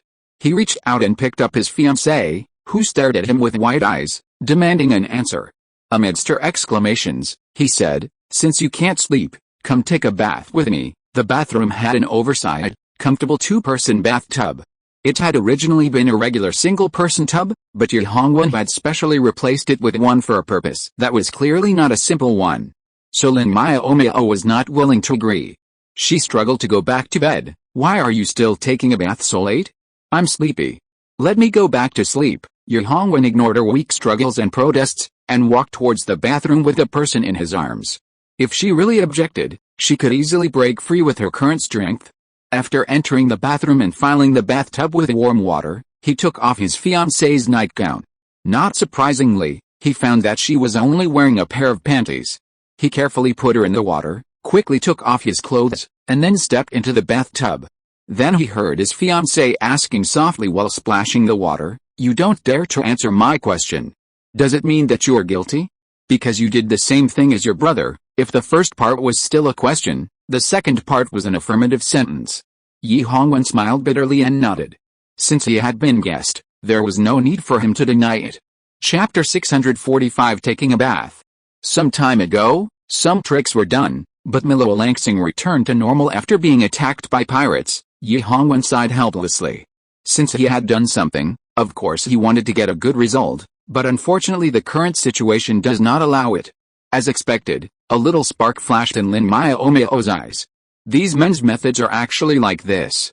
It's too much? Although she also likes little Baozi, she must get her consent before she can do it. Getting pregnant inexplicably is nothing. She now understands why her sister-in-law is angry. Besides being angry, she also has her little secret joy. Yi Hongwen, such an upright person, would do such a thing secretly. Isn't it just to create a fait accompli and marry her? What does it matter if you marry the person you like earlier or later?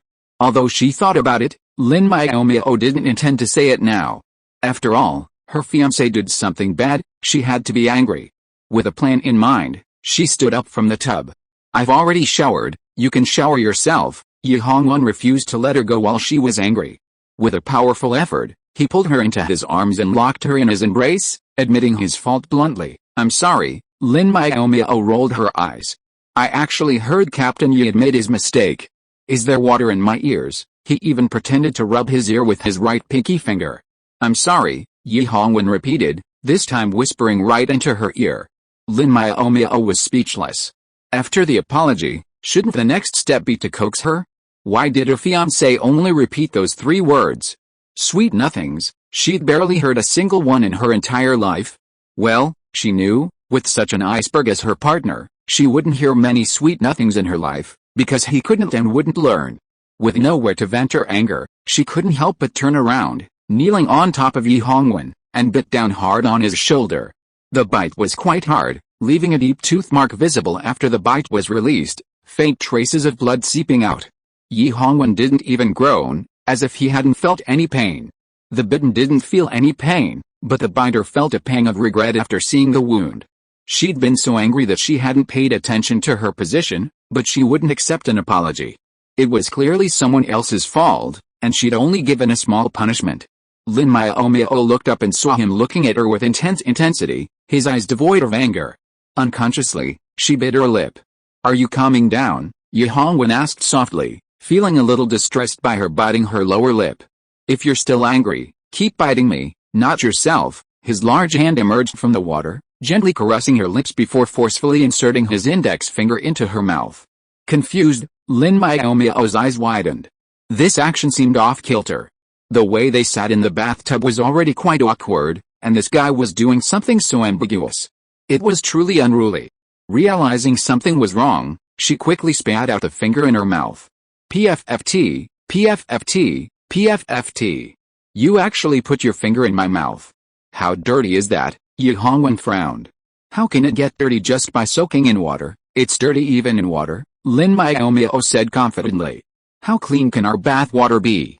I took a shower once, and it was fine. But you didn't shower today. This made so much sense that even the intelligent Captain Yi couldn't find a reason to refute it. He could only apologize for the 3rd time. I'm sorry, Lin Miaomiao was completely shocked. The iceberg who rarely apologized had actually said sorry 3 times in less than 10 minutes. The frequency was so astonishing that she almost forgot to be angry. At this moment, a certain cook felt like a villain who had succeeded. She had made the captain's fiancé, a 6th-level mecha master, bow his head one after another. Her day was considered perfect. If she told others about it, she would scare many teammates. Forget it, since you apologized so sincerely, I will reluctantly accept it. However, you must remember this lesson in the future. I don't like people who believe in male chauvinism. Lin Miaomiao pretended to be generous, but she did not deliberately hide the pride in her eyes. Yi Hongwen saw the undisguised pride in her eyes, and a smile appeared at the corner of his mouth. He responded very obediently, okay. After the words were spoken, Lin Miaomiao felt embarrassed when she came out of her anger. The two had been together for so many years and were engaged, but she was still very shy. But she didn't want to show it, so she pretended to be calm and said, the water is cold. I want to go back to sleep. Let me go. No hurry. Yi Hongwen turned on the faucet of the water heater and added some hot water to the bathtub. You just bit me and my shoulder is bleeding. Lin Miaomiao felt even more embarrassed when she mentioned this. She said with a wondering look, that was a punishment for you. I won't feel guilty even if you tell me. The smile on Yi Hongwen's mouth deepened a little, and he said very cooperatively, of course I deserve the punishment you gave me. It's only right that I don't feel guilty. It's just that my shoulder hurts and my hands are a little weak. It's hard for me to take a shower, liar. Lin Miaomiao's wandering eyes returned to their original position in an instant. How could such a small tooth mark hurt so much that he couldn't take a shower? He was a veteran with more than 10 years of experience and had suffered many injuries, but he had never cried out in pain. But I just can't take a shower. Captain Yi played a rogue. Lin Miaomiao pursed her lips. It was all that piss off Liu Huo's instigation. Ever since she helped Lin Yin cheat him, he'd been trying every possible way to cheat her back. It was obvious whose idea it was to get married with a child. After a several-hour cruise, she'd gone to Ren's house for dinner, then spent another several hours in a car back to the base, then ran 20 laps around the lake. She was truly tired. Unwilling to drag it out any longer, Lin Miaomiao had to compromise. It was just a bath, and Captain Yi had bathed her before, so what was there to be ashamed of? Of course, compromise didn't mean she was willing to suffer. Her eyes fell on the wall next to the bathtub, where a shelf held 2 sets of toiletries, one with a light olive scent, the other with a sweet milky aroma. Yi Hongwen also liked the rich milky scent on her, but he couldn't stand the same smell on himself, so he bought separate men's toiletries. Thinking of this, Lin Miaomiao chuckled twice, and after randomly patting the person under her with some water, she took a large amount of milk shower gel and smeared it on, spreading it evenly with her hands. Soon, there were many more bubbles in the bathtub. As the rich and sweet smell of milk spread, Yi Hongwen's face became strange. Is this your shower gel, huh? I got the wrong one. Lin Miaomiao looked at him innocently. I'm so used to using this that I forgot I wasn't using it for myself. Yi Hongwen held his forehead. He could already imagine the expressions of the deputy captain and the captains when he went out tomorrow with a smell of milk all over his body. Chapter 646, Meeting an Old Friend Again. After being smeared with the milk-scented shower gel, Yi Hongwen had no mood to continue enjoying his fiancée's scrubbing service. He quickly rinsed off the foam and stepped under the shower again. He tried to cover the milk smell with some of his usual shower gel, but the scent was incredibly strong. Even after applying half a bottle, it still couldn't be masked. Don't waste the shower gel, Lin Miaomiao grinned, revealing her small, white teeth. I've tried many brands of milk-scented shower gel, and this one's the most overpowering, so she chose it. Yi Hongwen sighed softly and shook his head in frustration. These are things that only kids like. I don't know why you suddenly like them. Lin Miaomiao used to use jasmine-scented shower gel, her original self's favorite. She was afraid to be exposed at first, so she didn't dare to change her preferences. Even her clothing style was forced by her elders. After graduating from university and joining the fleet, she gradually changed her preferences. She had a ready excuse: having a boyfriend. It was normal for many things to change. Even Lin Xianhao didn't suspect anything. Ignoring her fiancé's questions, Lin Miaomiao stood up and dried herself. Glancing at her stained pajamas on the floor, she curled her lips in frustration, pulled a towel from the shelf to cover her private parts, and ran out barefoot. I'm going to bed. She changed into her pajamas from the closet and quickly fell asleep in bed. Back at the fleet, Lin Miaomiao's routine returned to normal, waking up at 6 in the morning and starting her morning run at 6:15. Then she saw someone who shouldn't be there. Here, Lin Miaomiao froze in place, rubbing her eyes in disbelief. It's really you. Liu Kao's smile was as bright as ever. Miaomiao, are you surprised to see me? Lin Miaomiao quickly regained her composure. It's certainly a surprise, but I still want to welcome you back to Shanghai. She knew Kao had come with Gu Qingheng on their day off, but Yi Hongwen said the matter was resolved, and Gu Qingheng had returned to Aoshi. How could Kao still be here? Time has changed many things. If it were 5 years ago, Lin Miaomiao would have asked questions directly. Unfortunately, now, 5 years later, they had drifted apart, and even asking questions was difficult. Haha, Liu Kao's smile gradually faded. Miaomiao, I always thought we could be friends for life, even if we weren't in the same fleet anymore. I used to think so, but now I realize that was just wishful thinking. Lin Miaomiao walked quickly, but spoke slowly, taking a long time to finish a sentence.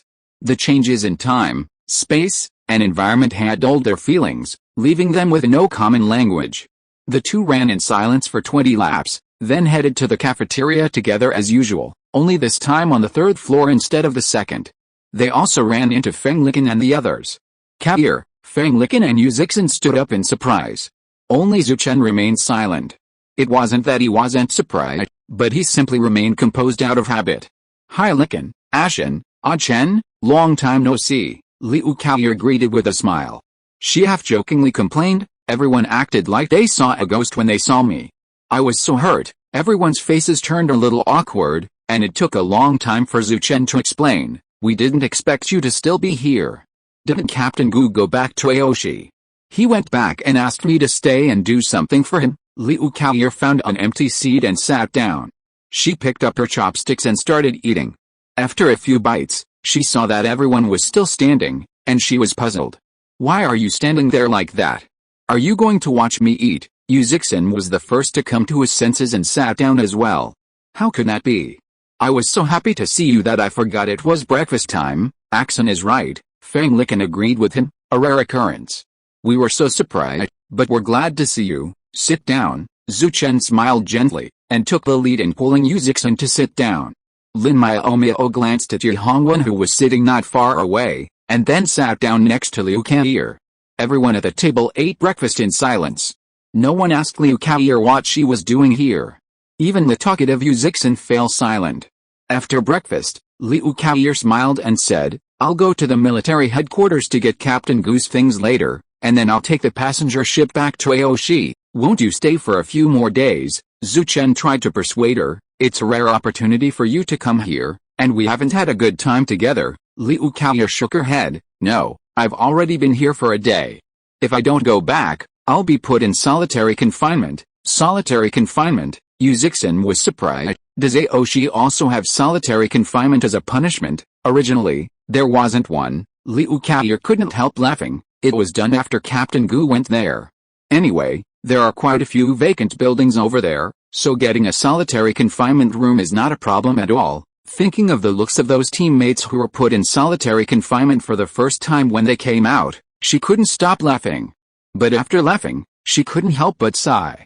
I should have left yesterday, but I wanted to see you guys, so I put it off until today. You should have told us sooner. Feng Licken frowned. Then we would have come back sooner. Even if they weren't as close as before, they were still good friends. It was rare for them to see each other, so they deserved to get together. I do want to, but I can't, Liu Kai'er said with a wry smile, then dropped a bombshell. You don't know yet. The Federation and the Empire are going to war. What? The friends were stunned. Is it going to war? Even though they had been mentally prepared, the sudden news was too much for them. Just a few days ago, things were tense, and now they were talking about war. Was he teasing them? No one questioned Liu Kai'er's words.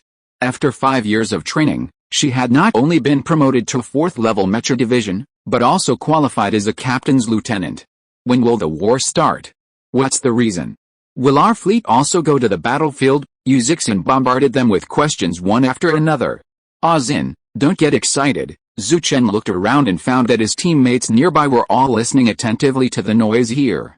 He quickly suggested, let's talk somewhere else. Liu Kai'er of course had no objection. After all, what she said was not suitable to be made public now, so as not to cause a commotion. There is still some time before your training.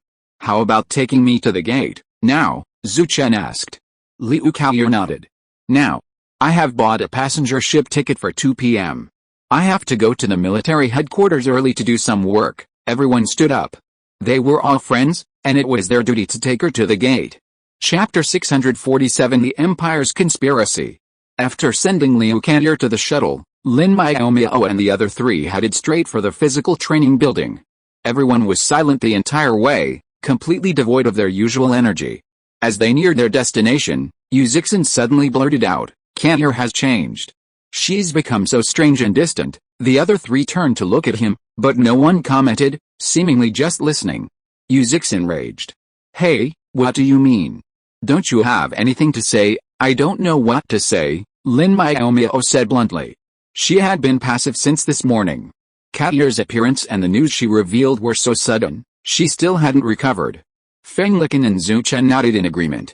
I have a lot to say, but I don't know where to start. Okay, Yu Zixin scratched his head. Actually, I don't know where to start either. Unsure what to say, they decided to simply say nothing. The four of them shared similar thoughts and fell into silence again, heading for the elevator together. With more personnel in the fleet, more training equipment was available. The top floor of the building was opened up to serve as a training ground for military boxing, and all members with physical fitness levels above level 5 trained there. Improving physical fitness was easier than mental strength. For example, Feng Licken, Liu Yifei, and Zhu Chen had already reached level 5 in physical fitness, but their mental strength hadn't advanced, so they remained at the level of a level 4 mecha master. After a day of training, Lin Miaomiao returned to her dorm. The lights were on, indicating that Yu Hongwen had arrived before her. Captain Yi had already finished showering and was leaning against the headboard, checking his communicator. Lin Miaomiao stood in the doorway, staring at him in a daze. Dummy, "What are you standing there for?" Yi Hongwen said, breaking the silence. "Hurry up and shower and get some rest." "Oh," Lin Miaomiao replied casually, snapping back to her thoughts. She strode into her room, grabbed her nightgown, and headed for the bathroom. Half an hour later, she came out with wet hair, clumsily blowing it with a hairdryer. Yi Hongwen stood up and took the hairdryer after watching for a while, and asked her to sit down on the edge of the bed, while he sat a little further inside to help her blow dry her hair. "I can do it myself," Lin Miaomiao politely declined, but her body did not move, and she was enjoying her fiancé's service very comfortably. "You little thing who says one thing and means another," Yi Hongwen scolded with a smile, but his hands were very gentle. "Why are you so quiet today?" Lin Miaomiao didn't care at all. After her hair was half dry, she turned over and threw him to the ground. Yi Hongwen raised his hand in time to raise the hairdryer. After turning off the hairdryer and putting it aside, he frowned and said unhappily, "Don't do such dangerous things next time." Lin Miaomiao stuck out her tongue. The playful action surprisingly did not seem out of place with her expressionless face. After promising not to do such a thing next time, Yi Hongwen's expression eased. "You?" Yi Hongwen pinched her nose in frustration, then asked, "What do you want to ask?" "Yes," Lin Miaomiao nodded, hesitating for a few seconds before speaking. "I heard we are going to war with the Empire." "Yes, we are," Yi Hongwen said, not intending to hide it. Even if Miaomiao hadn't asked, he would have informed everyone as soon as the team members returned. "Why so soon?" Lin Miaomiao's question was out of context. She hadn't intended to ask the reason, but Captain Yi's answer was so straightforward, she couldn't help but ask. Yi Hongwen replied straightforwardly, "The Empire is plotting something nefarious, and our top brass is no longer willing to maintain the facade of peace. Covering one's ears and stealing the bell is a sign of weakness. Hiding in a shell and pretending to be bullied is not the style of strength." So the Federation would not remain silent any longer. Gu Qinghang's skills were remarkable. The afternoon he arrived in Shanghai, he had successfully cracked the super flying ship's encryption and obtained the surveillance records. Aside from private areas like the dormitories and restrooms, every area of the warship was monitored. Yi Hongwen hadn't considered using the surveillance to find evidence of the Empire's crimes, he simply wanted to understand the cause of death for the 26th prince. However, he had never imagined that the 26th prince, Qin Yuhong, would be so brazen, so openly discussing the Empire's plot on the captain's quarters. Mi Lulin's attack wasn't due to the pirates' emboldening, but rather to Qin Yuhong's promise that if they succeeded in their mission and went to the Empire, the royal family would grant them legitimate identities, allowing them to live as imperial citizens. Not all pirates were willing to risk a lifetime of plunder. At least a vast majority of the two pirate groups Qin Yuhong had inspired were tired of being hunted by the military and yearned for freedom from the constraints of life. It was precisely because of Qin Yuhong's promise that they risked their dignity to attack Mi Lulin, eager to seize this rare opportunity. They saw no difference between the Federation and the Empire. As long as they could live openly, they were content. In the video, Qin Yuhong repeatedly urged the pirates to act with urgency, precision, and ruthlessness. They needed to eliminate the people of Maryland, sparking panic and civil unrest on other planets. While the federal government was preoccupied with internal strife, it would be unable to resist the imperial warships. Qin Yuhong's attitude was undeniably arrogant, and his temper was even more brutal.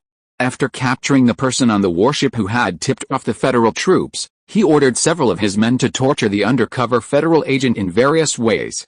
Ultimately, the undercover agent was tortured to death.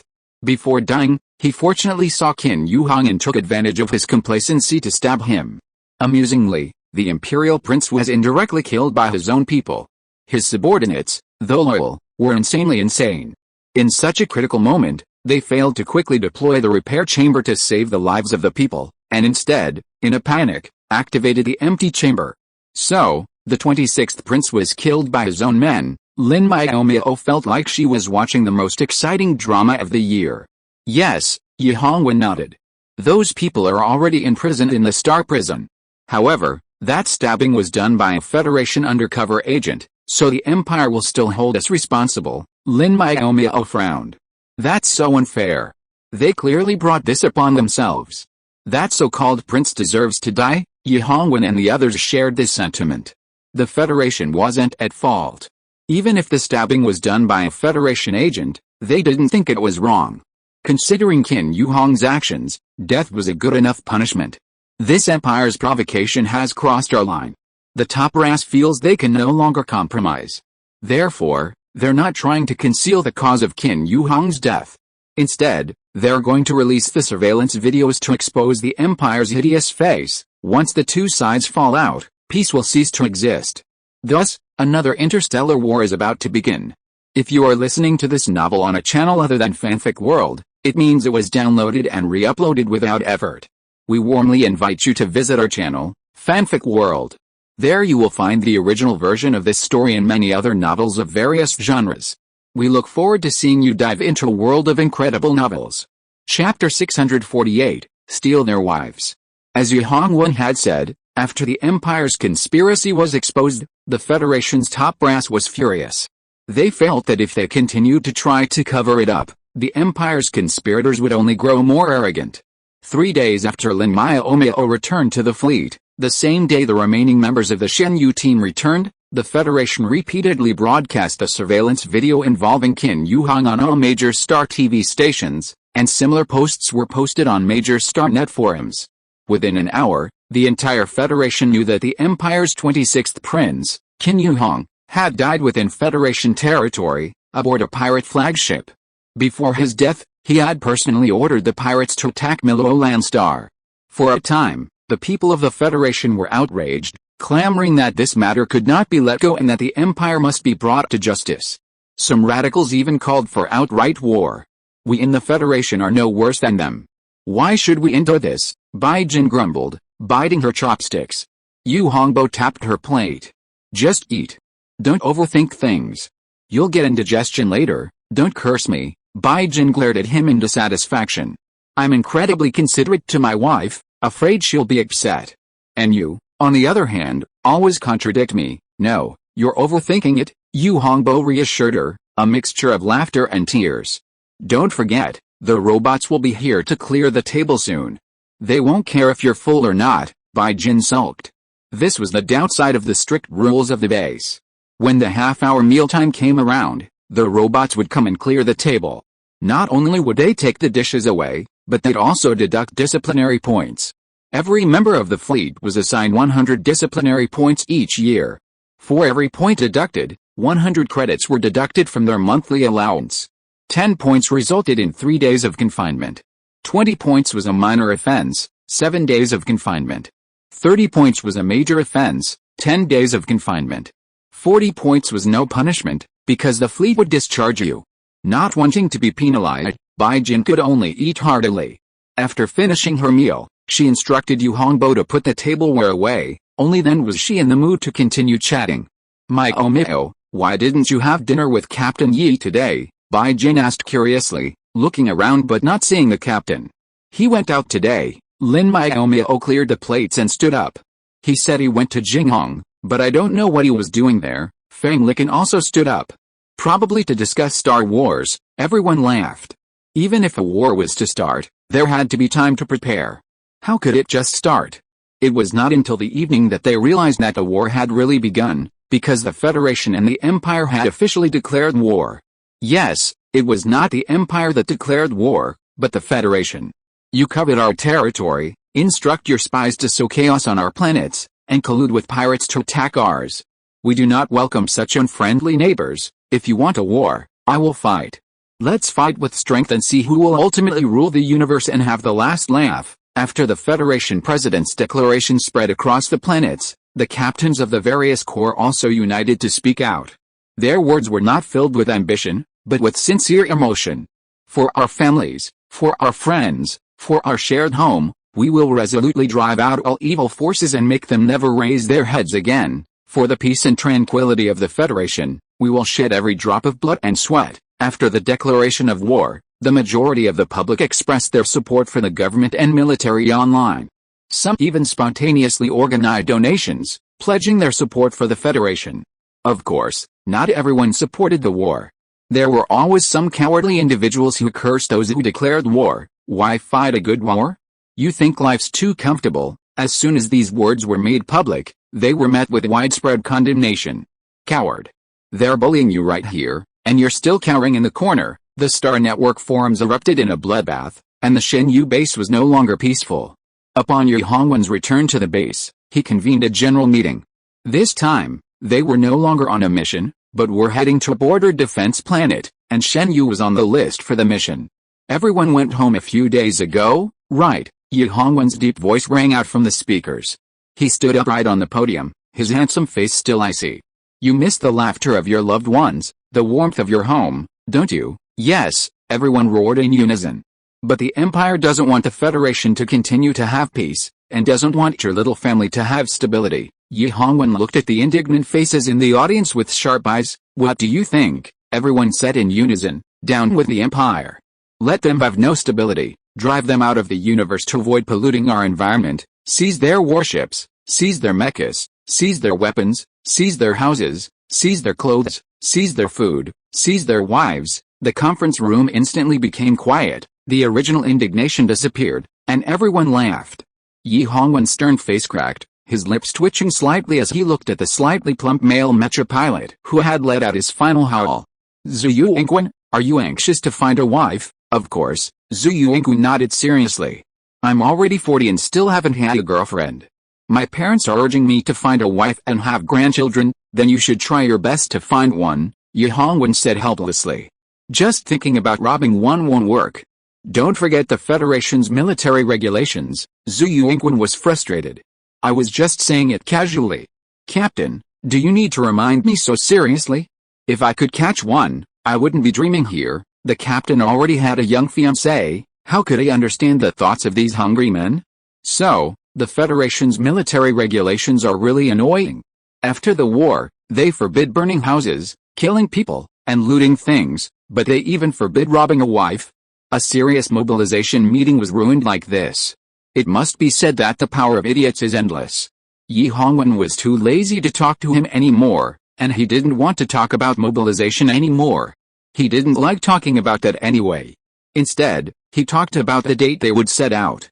The declaration of war will be sent to the Empire's Ministry of Foreign Affairs at 8 p.m. Afterwards, the body of the 26th Prince will be sent to the Empire on a small unmanned warship. The Empire is ambitious and has long been prepared for war, so we don't have much time to prepare. Tomorrow is a day off. Everyone pack up what you need. Dinner will be at 6 a.m. the day after tomorrow, and will officially set out at 7 p.m. I know many of you aren't ready to go to the battlefield, but I want to tell you this. This war is inevitable, and I don't want anyone to be a deserter. Article 1 of the Federation's military regulations states that any soldier who leaves the fleet without authorization to avoid missions or war will be dismissed from the military and lose their Federation citizenship. Chapter 649. Let's get the certificate. After the mobilization meeting, everyone did not continue with the evening training and went back to the dormitory. Lin Miaomiao walked out of the conference room door, but did not leave with Feng Liken and the others. She just stood aside and waited for Yi Hongwen to come out. After everyone left, Yi Hongwen came out with the two deputy captains. Seeing his fiancée waiting outside the door, he smiled faintly. Miaomiao, are you waiting for me? Nonsense. Lin Miaomiao rolled her eyes at him. Who else should he wait for if not him? The two deputy captains.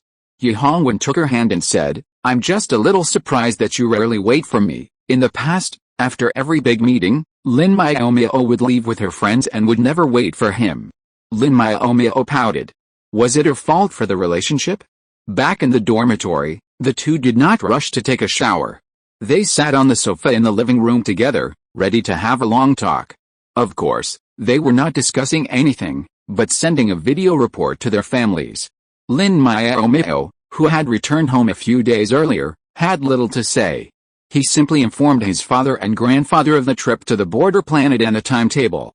Yi Hongwen, who had greeted him from the sidelines, promised his father-in-law that he would take good care of his fiancée. Video messaging Yi's mother was a hassle. As a captain, Yi Hongwen simply didn't have time to visit. Seeing the Federation's declaration of war online, Yi's mother was already frantic. She considered video messaging her son and future daughter-in-law to check in, but was afraid to interrupt their work. After finally getting her son's video message, she asked before he could say anything whether Shen Yu would be going to the battlefield. The answer was, of course, yes. Yi's mother's face darkened. Are you planning to go to the battlefield like this? Yi Hongwen frowned. He had expected his mother to be upset, but not to object. Having been a military wife for so many years, she had forged a strong heart. So what was going on now? Could she accept her husband going to the battlefield but not her son? That couldn't be possible. If that's what he thought, his mother should have opposed it when he became a soldier. Ye Hongwen never thinks too much about things that he can't figure out. He asked directly, "Mom, you don't want us to go to the border planet?" Mother Yi smiled. Who would want their family to go to the battlefield? You know, although the mission is dangerous, the danger is not big. Going to the battlefield is different. There will always be sacrifices, but this is our responsibility, Ye Hongwen said firmly. This is the responsibility we soldiers must fulfill, and I will never escape. I know, Mother Yi sighed. I won't stop you. I just regret that you haven't given me a grandson or granddaughter, and left no comfort by my side. Lin Miaomiao's ears turned red, and she felt hot and uncomfortable. She whispered, "We haven't gotten married yet. How can you have a baby without getting married?" She is an antique from Earth and doesn't want to be pregnant before getting married. I know. Yi's mother glared at her son several times, her expression a bit disappointed. Hongwen, you're such a loser. You've been dating for 5 or 6 years and still haven't found a wife. Ye Hongwen was utterly frustrated. How can you blame me? Miaomiao said she wanted to wait until she became a level 6 mecha master before getting married. Yi's mother was also frustrated. She wondered why her son wasn't in a hurry to get married. It turned out that her future daughter-in-law was ambitious. I was just saying that. Lin Miaomiao refused to admit her ambition. She looked at her fiancé with accusation. Was she trying to cause problems by saying that in front of her future mother-in-law? So it wasn't her fault. It was Captain Yi's fault for not being so determined to get married. After being rejected, he really didn't bring it up. Actually, she still wanted to get married, but she was just too embarrassed to say it. As a girl, she had to be more reserved, lest others think she was desperate to get married. Lin Miaomiao felt at ease putting all the blame on her fiancé. Mother Yi, who is always partial to her son, immediately got excited and started to criticize her son non-stop. She said that he had been naughty since he was a child, breaking the windows and tables at home and ruining the vegetables in the garden, but he refused to admit it and had to put the blame on the dog. She also said that he became less cute as he grew up. He had a warm family, but he had an icy face. People who didn't know would think that his family abused him since he was a child, which led to his awkward personality. He also said that he had refused to find a girlfriend and get married since he joined the fleet. After finally finding one, he didn't work hard to bring her home, and he wanted her, an old lady, to worry about him. After being scolded for a long time, Ye Hongwen's face turned sour and he wanted to hang up the video call. After finally calling a halt, he told her the departure date and coaxed Mother Yi to hang up the phone. Only then did Ye Hongwen breathe a sigh of relief. His eyes caught sight of his fiancée, squatting on the ground, shaking her shoulders and chuckling, and his face darkened even further. Stop laughing. Are those things funny? Lin Miaomiao stiffened, silently raising her face, devoid of any smile, to defend herself. I wasn't laughing. You think I believe that? Ye Hongwen felt a little frustrated. Her smile was fake, but his fiancée, on the other hand, smiled for a long time, but her face remained expressionless, with no trace of emotion at all. Believe it or not, Lin Miaomiao said, quite simply. I'm going to shower. I need to get some rest now. I don't know what it's like when we get to Border Defense Star. Ye Hongwen's eyes lit up. Let's go together at this moment. Nothing could be more dreary than taking a bath together with his fiancée. Lin Miaomiao rolled her eyes. You still want to use milk shower gel? A vein popped on Captain Yi's forehead, and after a long hesitation, he didn't follow her into the bathroom. He didn't want to be teased by Liu Yifei and his idiots again. Lin Miaomiao, who had won a great victory, went into the bathroom to take a bath with a dull face and humming a little tune. However, when she lay in the bathtub, she suddenly felt a little disgusted. It was such a big bathtub, what a waste to take a bath alone. Although she thought about it, she was still embarrassed to call her fiancé in to take a bath with her, so she absent-mindedly pondered what Yi's mother said. She was not young anymore, and it would be nice to have a little baby. Unfortunately, she would go to the battlefield the day after tomorrow. So she didn't have time to have a baby. However, if she didn't have time to have a baby, she would have time to do something else, such as getting a marriage certificate. Anyway, there was nothing to do tomorrow, and they only needed to bring some daily necessities, their own mechas and all the energy cards to the battle. Well, in fact, not everyone would prepare energy cards, because the fleet would prepare them, and the military would also provide support. These poor soldiers simply didn't have the money to prepare too many energy cards. Pulling her thoughts back to their tracks, Lin Miaomiao continued to ponder the feasibility of getting a marriage certificate tomorrow. The more she thought about it, the more she felt she had to. She had never been married in her 2 lives, and if something unexpected happened on the battlefield this time, wouldn't she be left with regrets? Thinking of this, she opened her voice and shouted outside, "Yi Hongwen, let's go get the marriage certificate tomorrow." Chapter 650, Impatient Captain Yi. Bang! The ceramic cup in Yi Hongwen's hand shattered to the ground. He turned in disbelief, looking towards the bathroom. "What did you say?" To confirm he wasn't hallucinating, Captain Yi leaped from the sofa and rushed to the bathroom, but he couldn't break through the locked door. He knocked anxiously on the fog glass. "Miaomiao, open the door and let me in." Having spoken her heart out, Lin Miaomiao lazily sank into the bathtub. "Wait a minute, I haven't finished my shower yet. Why are you rushing me?" She felt a little shy when she said that, but afterward, she calmed down. Getting a marriage certificate was a normal thing, nothing to be ashamed of. As for Captain Yi, who was anxious outside, it was okay to let him be anxious for a while, it was just an exercise in patience. Lin Miaomiao, showing no sympathy, actually stayed in the tub for half an hour before slowly getting up and putting on her nightgown and panties. As soon as she opened the bathroom door, she fell into her fiancé's strong embrace. Yi Hongwen, his face filled with anxiety, asked anxiously, "What did you mean by that?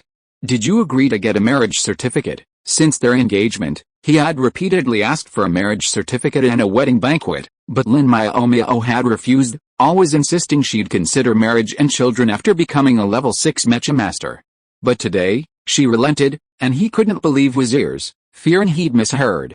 "I did agree," Lin Miaomiao nodded calmly. "But I'm afraid I can't go. We haven't even registered our marriage yet. Obtaining a marriage certificate for military officers is more complicated than for ordinary people. They have to submit both parties' information in a marriage application to their superiors, and then wait for their approval before they can obtain it."